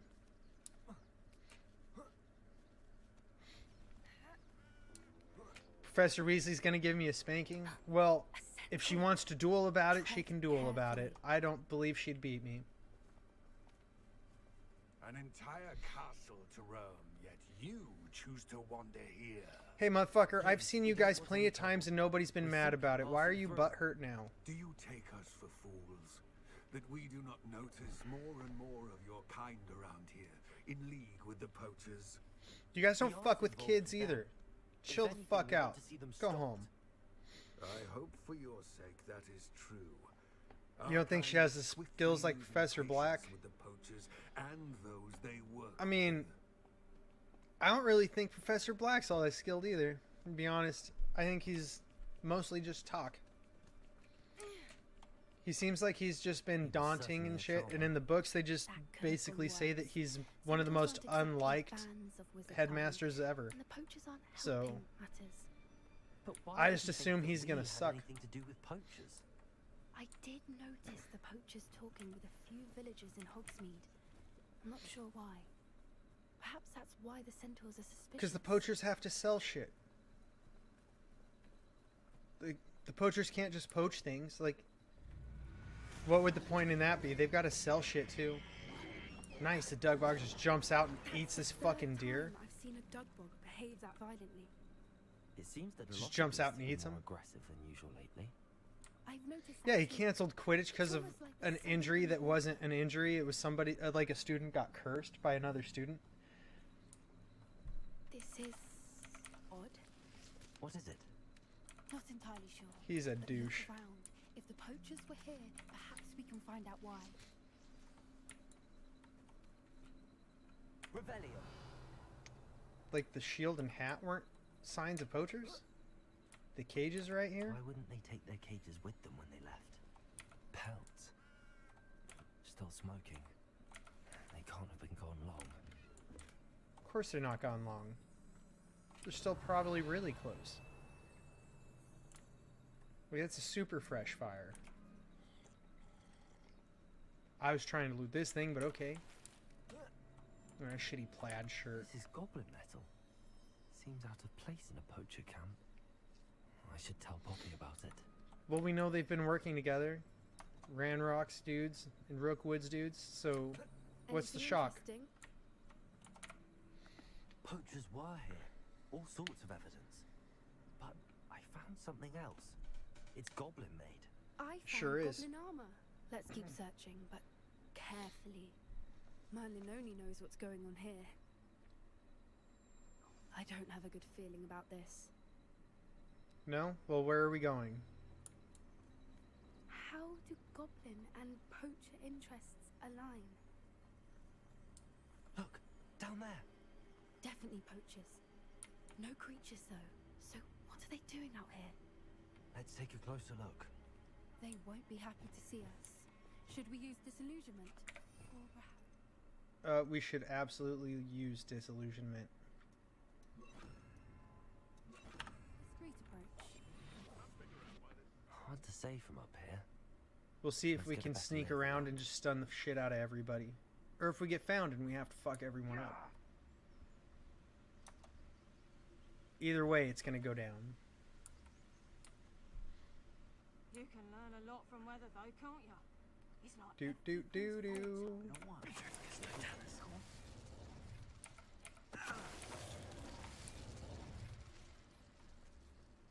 Oh look, another one. The blood red fedora. I like that hat. All right, well, now we're gonna Merlin magic you because it's available. Oh, wrong button.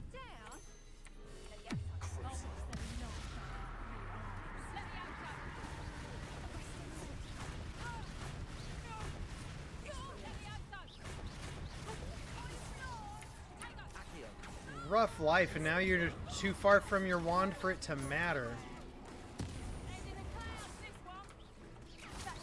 Oh. Look at you and your shitty shield I didn't notice right away. The Minister for Magic himself. What is going on here? Only one way to find out. I actually need to use Reparo.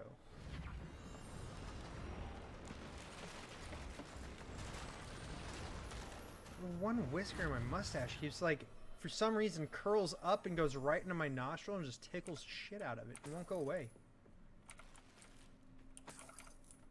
I just want it to go away.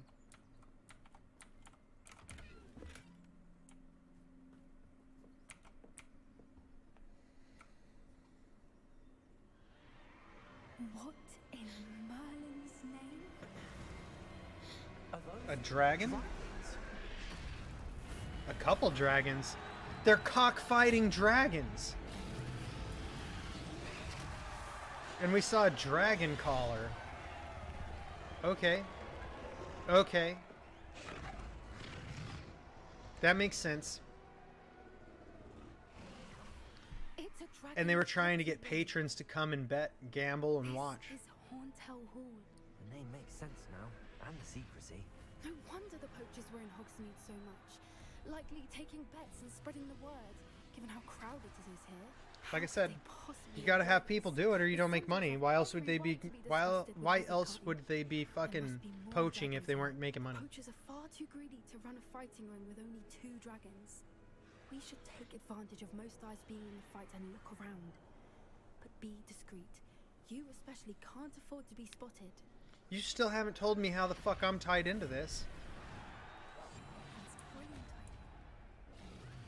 Don't know what Victor was Well, I'm brilliant.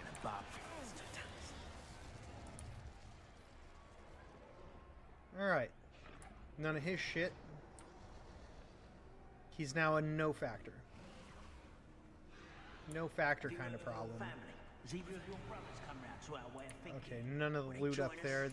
Make sure I didn't miss some shit. The violence isn't going to get us what we want. I say, if every last wizard is run through with a blade. Ah, nice. We got both of them. I wonder if it's that talent that I took that I was like, we're just going to take all the talents in the stealth tree. And I don't think I even really read that one, to be honest. I glanced at it at one point, and that was about it. Better stealth abilities, easier quests.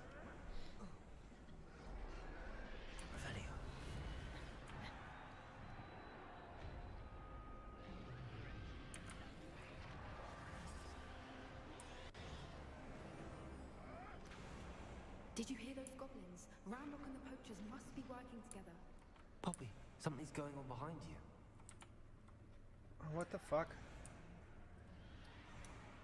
Why? What's going on down there? Oh, it's... I thought this was just the same ring that they were fighting in, and we were just on a different level. She's putting up quite the fight. Not a fair one, though. Not with her chained up like that. Let's even her odds, shall we? Like, what'd you think was gonna happen if we just didn't stop and look? Then I just continued disillusionment, charmed myself right through this doorway, and then fucked with them. You think I wasn't gonna fuck them up? They've got a dragon egg. Hebridean from the looks of it. You fuck them all up every time. Not with the plans they likely have for us. Make sure I don't leave behind any of these galleons. Everything costs so many galleons. Why are we extra slow? What the fuck is going on?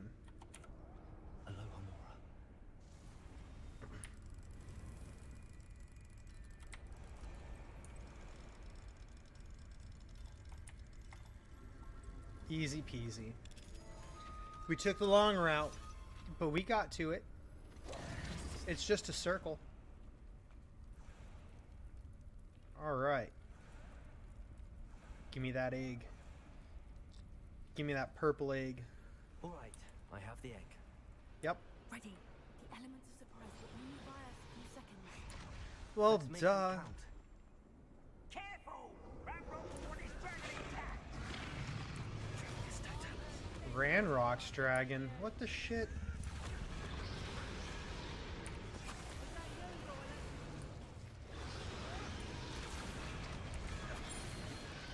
Suppose it's worth a look. Tell you what, that was more than just a couple of seconds.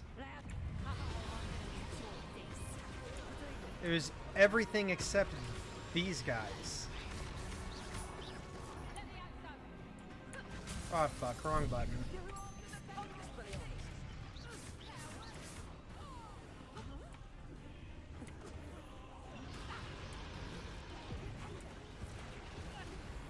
I'm just gonna throw shit at you till you die. Uh-oh. Uh-oh. You're the one we're looking for, and you, poor friend.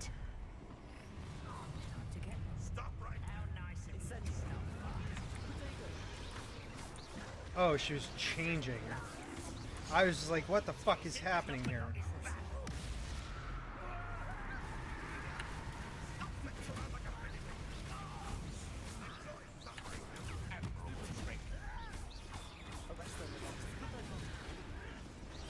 Oh, wrong way, I need to... Did I just time that terribly, or what? I guess so.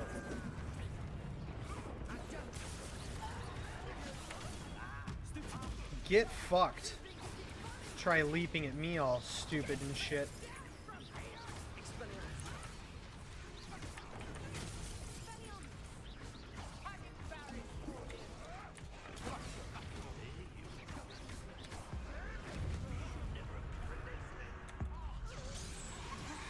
Just get rid of both of them.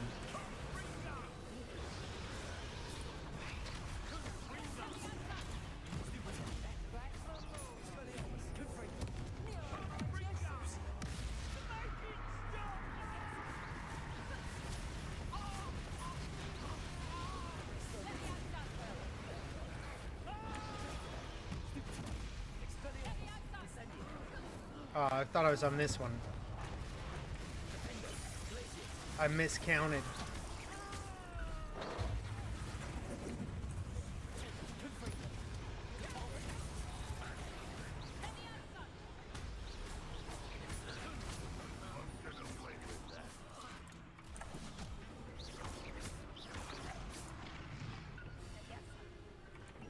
Like, you move too far and you lose your sight on this little shit.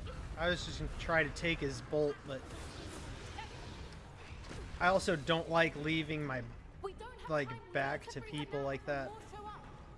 Just more of a pain in the ass than it's worth. Like, do I just pull it then? I thought I had to have to cast like a Lohamara.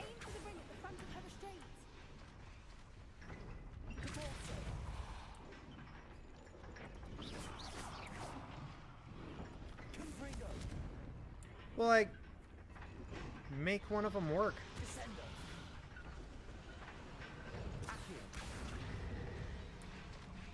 Why didn't it work the first time when that's what I thought it was? Fickle fuck. This may have been a bad idea. I suppose we'll find out. Certainly will.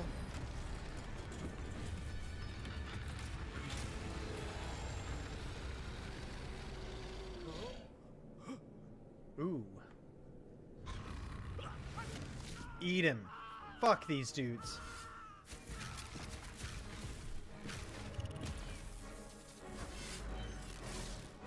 Now I suppose the dragon's not going to realize who helped it and who didn't. And that's a problem.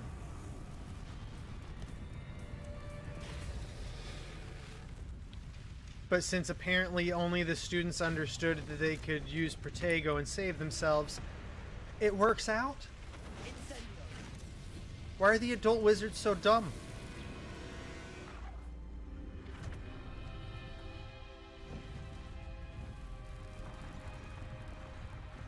I like that just seeing the light called to the dragon's soul that it just needed to fly. So it didn't stick around, it just took off.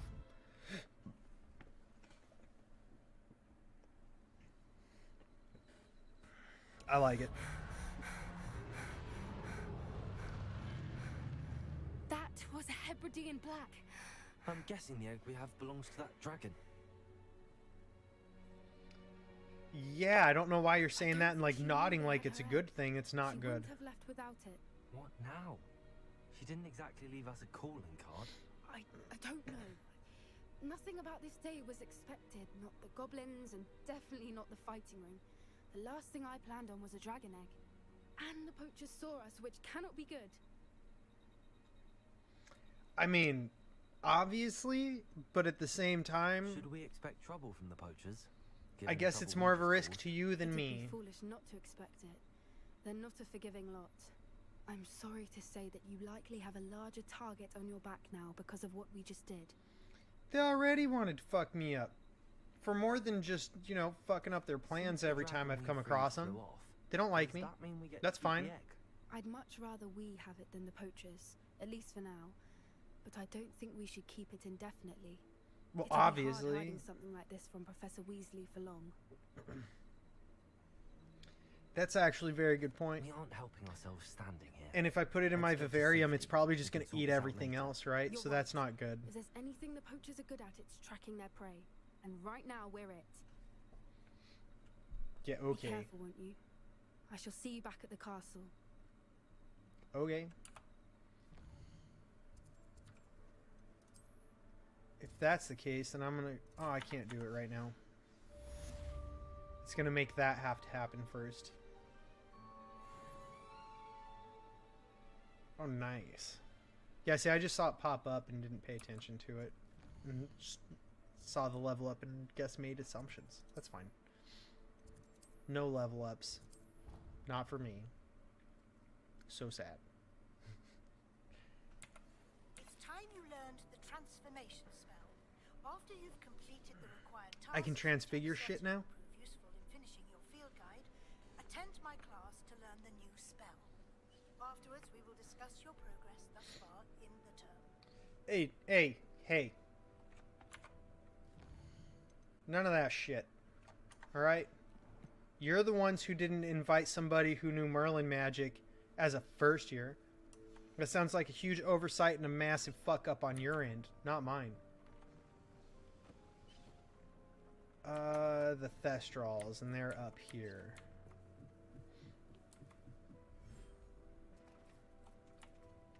Right? That's done? Yeah?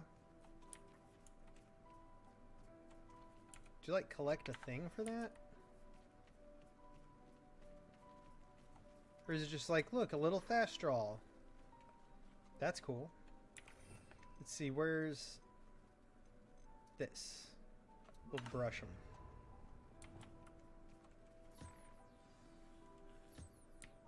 I should let Deke know about the newborn Thestral.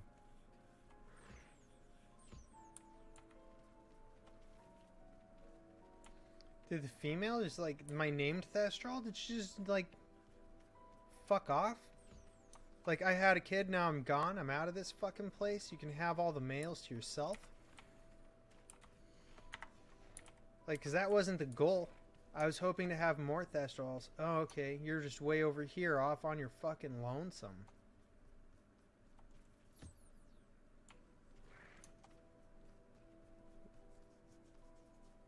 Found it. Hidden away. Off in the corner.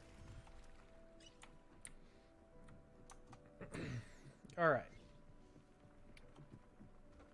Wait, didn't I have to talk to Deke to finish that? Why does he not have a thing? Or was that... Nope, it's gotta be Deke, right?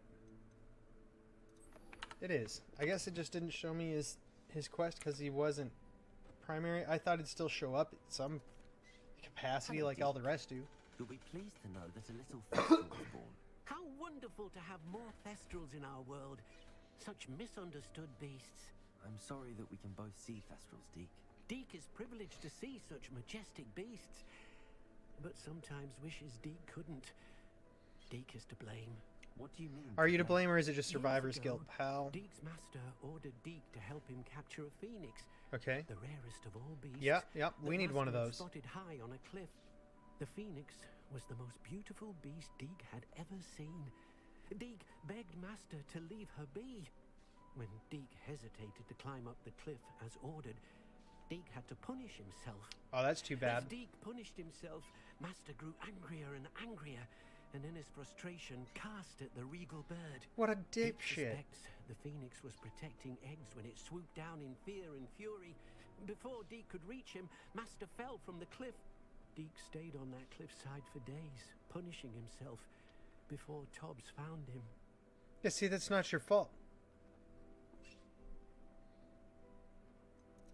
It sounds to me as if your master got what he deserved. Deke never wanted anyone to get hurt. Not the phoenix, not Tobbs, and not even Master. Deke often wonders No, what it's not in became your of nature. that phoenix. Nature of Deke house feels elves doesn't fortunate allow to be for at that. Hogwarts now, helping you rescue beasts. Perhaps Deke can make amends for what came before. I mean, sure. Take care of my vivariums, buddy. That's all you gotta do. It's not that big a deal, right?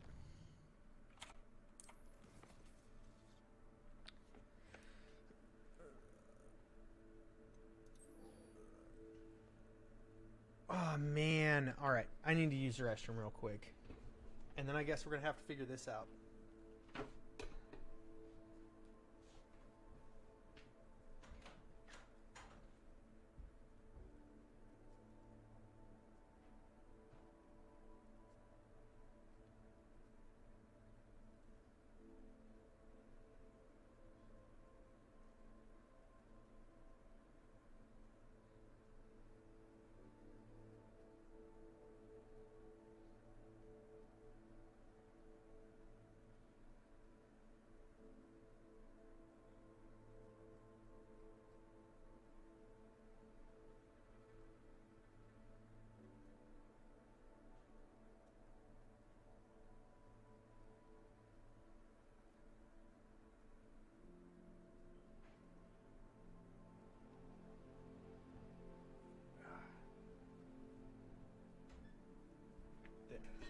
All right.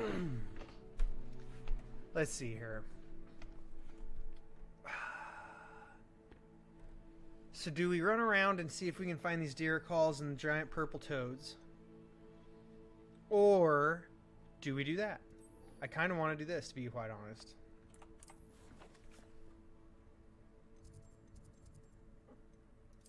Is it actually going to show us where the deer calls and shit are?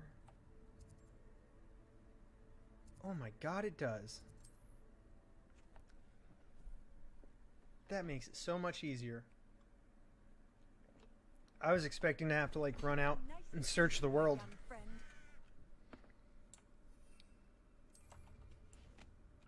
Kind of glad that's not how it works, to be honest. Because it allows us to make progress faster. And after deciding that it's just taking too long to go through the content of the game because the content of the game has so much, I've kind of decided to prioritize this way instead.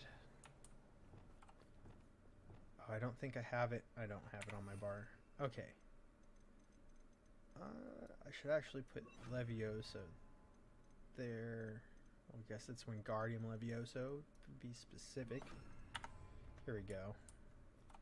This looks intriguing. And actually, I don't know why I didn't just say fuck that and put that there, because it's obviously going to be the easy way to do it.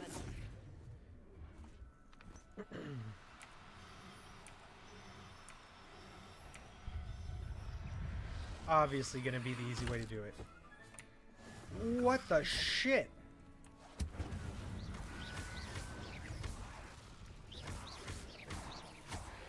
That startled me. Not gonna lie. Arresto momentum.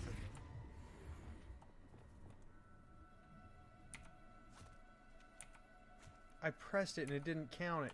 Damn it. No, you don't.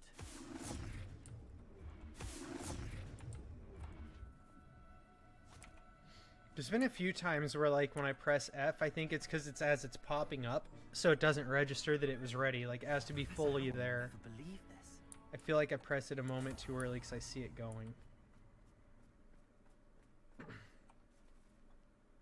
You're just another male. Get out of here. Now that I can just breed shit, I don't want to catch a bunch of you anymore. Even though it's like a... It'd be easy to do, you know?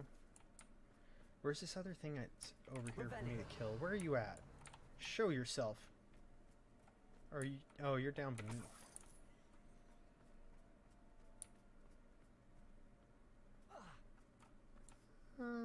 Nope. Arresto momentum. No. No. Abandoned long ago, no doubt. See what's in here. In the cave. I'm just not sure where the entrance is. Figured we'd fly. Oh, there it is. I just didn't want to end up like running down that and down here and being too low and having to come back up. I'm glad I realized that's what was going on.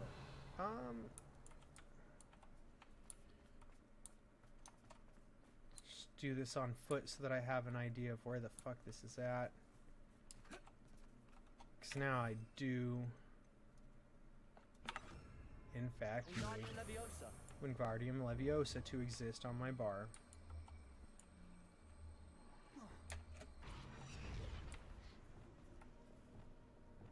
Leviosa. Boom. I should investigate. Just be ready for some stupid devil snare to try and stop us. Expelliarmus. Incendio. Get out of here. Revelio. Get out of here with your bullshit, guy. Incendio. All your damn deadness trying to fuck with me. I'll light you on fire and fuck you up.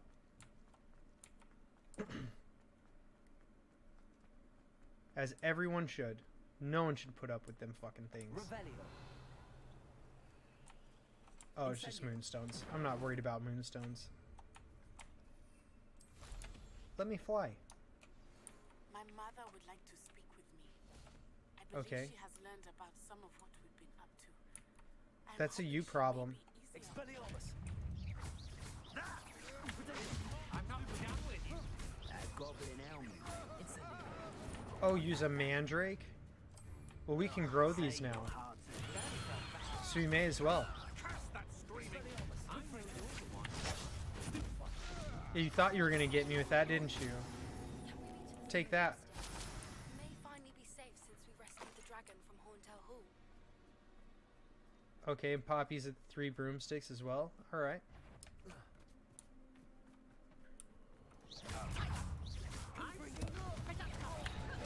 Oh shit. I don't know why I thought that was gonna work.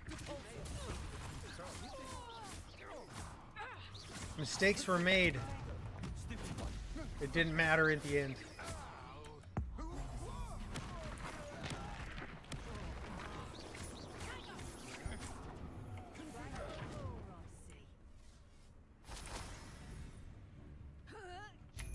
Oh jeez. This fuck. Why'd it hit her? Like, I hate when games do this shit where you're looking directly at something and it will ignore that thing and instead target other shit.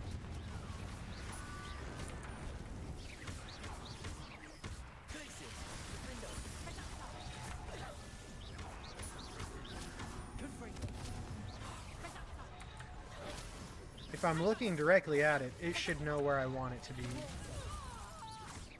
That's how I feel. Oh, fuck. No, I thought I got you when you were over here and scratched my eye because it itched. And then you tried to fuck me up. What an asshole. What a supreme ass wipe. What is going on over here that popped up all wild?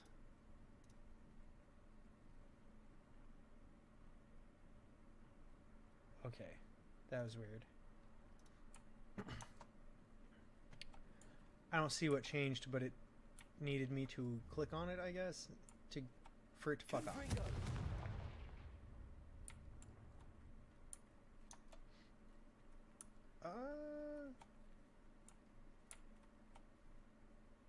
Revelio.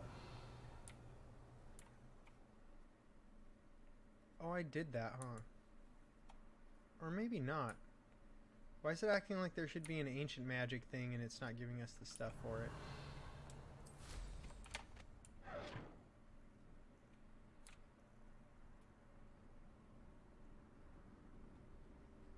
How? Oh, it's gonna make me do this the other way, huh?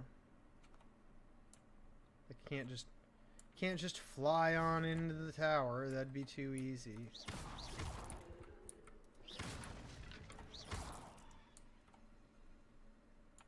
Cursed fiends. Okay, it's behind there.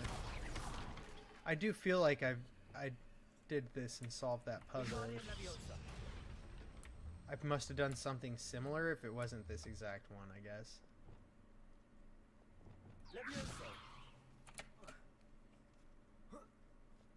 There we go. Across and up. That's how you do it. Oh yeah, see? It's open. We did do it then. I literally came over here because I thought we had like an ancient magic thing to do. Because this thing's on our map. But it's...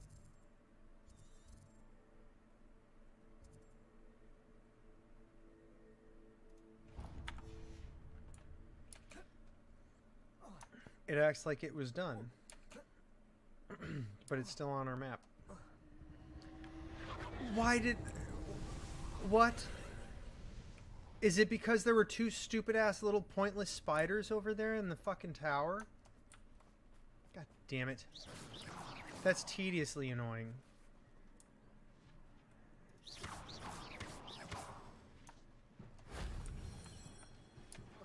It's like I'm okay with like having to go through and kill shit I've killed before if like I didn't have the ability to do this puzzle at the time.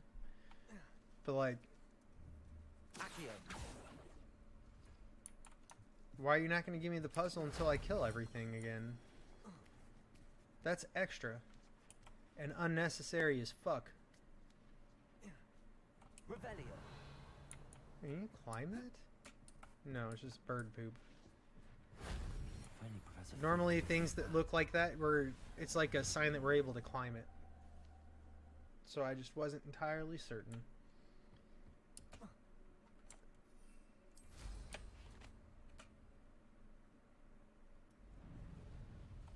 I don't know if that was high enough to kill us, but we found out that we did take fall damage the one time, so I'm glad I remembered I could summon your broom from your magic pocket mid-air when like that. We tested that once and it worked out, so now we know. Is there anything down there that's worth a shit? Nope. We've done that one, okay. We're just gonna go over here then.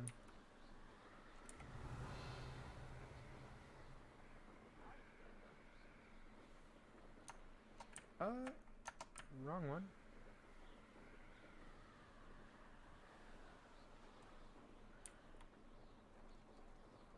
Right over here.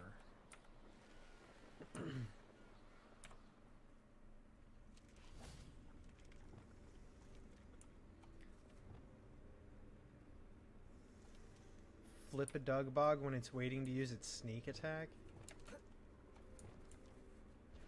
Does it really have a sneak attack? Because I haven't really noticed much of one. Ever. It's just easier when we use Arrest of Momentum. Which is even easier when it's all on the same fucking bar. There's another one where I had to press it twice. Jesus, I should just hit it like 4 times every time. Revelio. Mail. There we go. Arresto momentum. Nuh-uh, you're the one. And you're coming with me, motherfucker.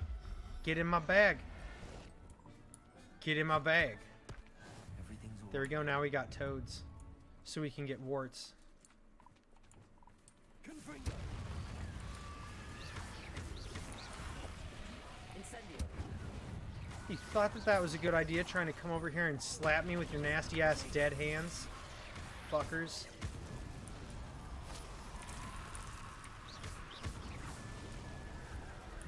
That's right, stench of death. Incendio. Confringo. He was close enough to hit me, but not get hit by my fire when I used the spell.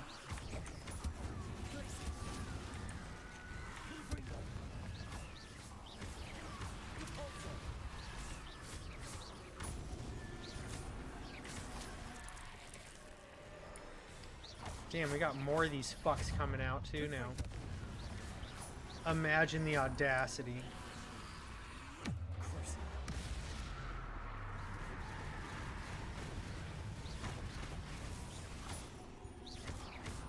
Ooh, so I can hit him with that, but it still won't cause damage if they're not hit by fire. That's wild. I thought maybe like unforgivable curses would still work out. It turns out no. No. You still need fire. The ancient magic doesn't give a fuck. It'll use fire on its own. But not so much the case outside of that, I suppose.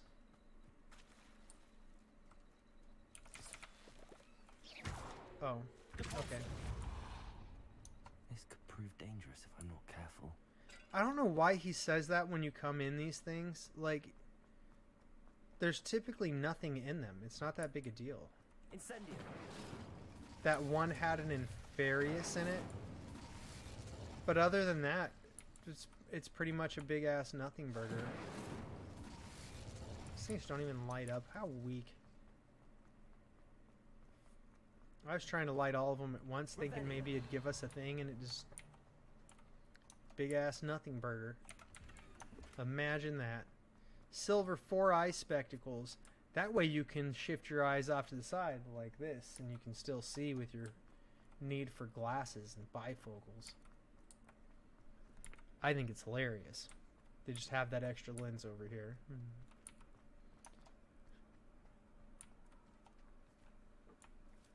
Ah, yes, more Horclump juice all over our face. It's the perfect balm. Like, I guess we could do those, but I don't want to do those today. So we're ready to learn Bombarda, and I think that's the move.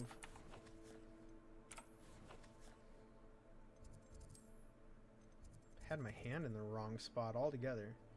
Actually, I think we're going to come here, and we're going to do the Summoner's Court 3, and then we're going to go learn up Bombarda. That's going to be the route that's utilized. Seems like a good one. Ah, shit. It's got to be daytime. Not just for this, but I'm sure you can't take class during the day, or during the night, right? Aside from astronomy, which you would obviously need the night. Hello, Grace. What are you doing here? Nice to see you. Thank you again for your help at the lake. I've become quite good at Summoner's Court, and I'm waiting for my next opponent. I suppose that's you. I suppose certainly seems that way, doesn't it? As I've beaten everybody else. I'm game. The first time I did this, I sucked. The second time I did this wasn't much better. But now I think I've figured it out much more. These fucking things. What are these?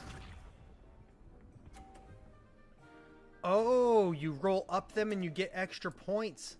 Alright, I see. I see how this is gonna go. You didn't see that. Yeah, I fucking did. A big whopping 10-pointer. That's what you got. I didn't know that there was a ramp on the other side of these just at a glance. Alright, so we gotta pull them longer than usual because the ramp is much more of an oh fuck than usual. And if you stop on top, you get 100 points. So that's what we gotta aim for. Let's see, if we normally stop where we'd stop to get a 50, do we get 100? Sure did. Sure did. Better than yours. Your shot wasn't so good. It rolled you back into 10 points, and that's unfortunate. I don't want to hit hers, because that always does some wonky shit too. Let's see if we can yank this one far enough to the side. Oh fuck. There I was channel casting like a dumb shit. It doesn't matter, we win. It appears I've been bested.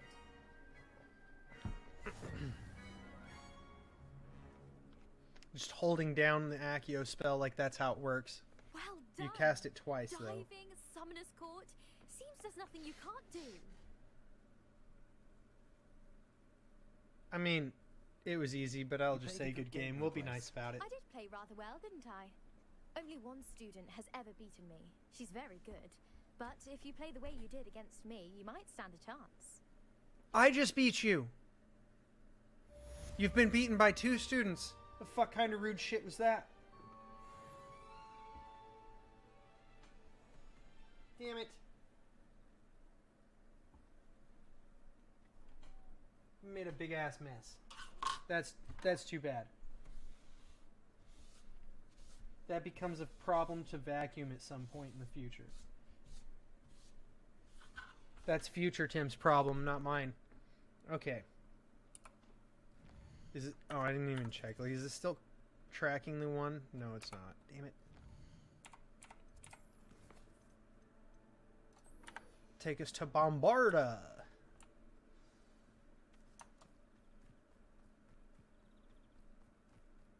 Off this way, up the steps, through the things, do the stuff.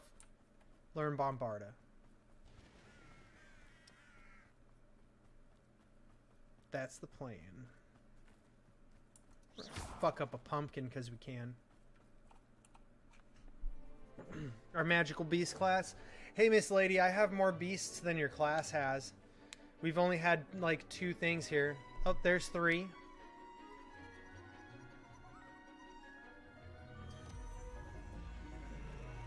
Oh, and then you show us a dragon, but not a real one. You did whatever kind of charm that was. Excellent work all right. Today. Class dismissed. There's nobody in here but me. I take it you're ready. They're dicking around outside already. Professor, I'm ready to learn Bombarda now. Good. Now, this spell comes with a caveat.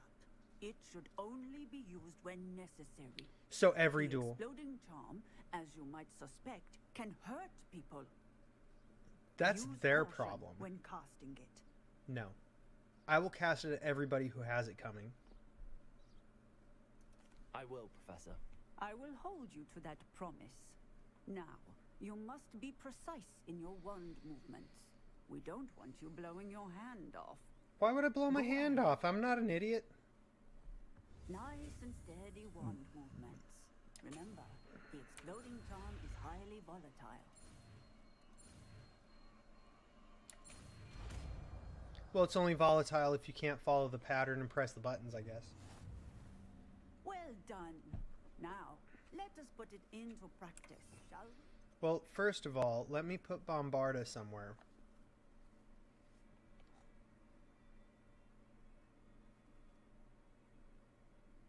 See, that's now a new problem. Let's put Bombarda here and Crucio here. And Flipendo will go on this bar down here.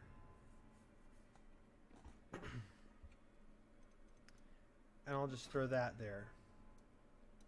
So that there's always something on that bar that goes with it that makes sense. Oh, you want me to just use pumpkins because you don't have a dummy over here for me to use like everybody else has? Excellent wand work. cast the spell just like that every And that's how you time. fuck it up. Assured and Transformation. So we don't have transformation, which could go like here, I guess. Yeah, here's where transformation will go. And then we'll have Avada Kedavra here, and we'll have Imperio here. That's going to be my setup. And we'll just swap stuff out on whatever bar when we have to, you know, Lumos or Disillusionment or whatever it may be. Or maybe, I wonder, 1, 2, 3, 4, 5. So I could do like Avada Kedavra, Imperio. We could move this one here and leave this bar alone, so that we have a color of each spell on each bar, except for no Unforgivable Curse on our first one, since that's obviously there's only 3 Unforgivable Curses and there's 4 bars, so the math doesn't math, you know. Take ourselves back up here so I can check out some stuff with all the vivariums and everything else, and take care of some plants and some potions and whatever before I log out of the game. But that's going to be it for me for today, and that's really all else I'm going to do. And I actually just updated my schedule, so normally I wouldn't be streaming today, but I just changed it today, and the plan literally changed last night. So changes have been made and updated, and that's all on whichever platform you're choosing to watch from. So please follow if you would like to, so that you see when I'm live. We can hang out more often. Until next time, peace.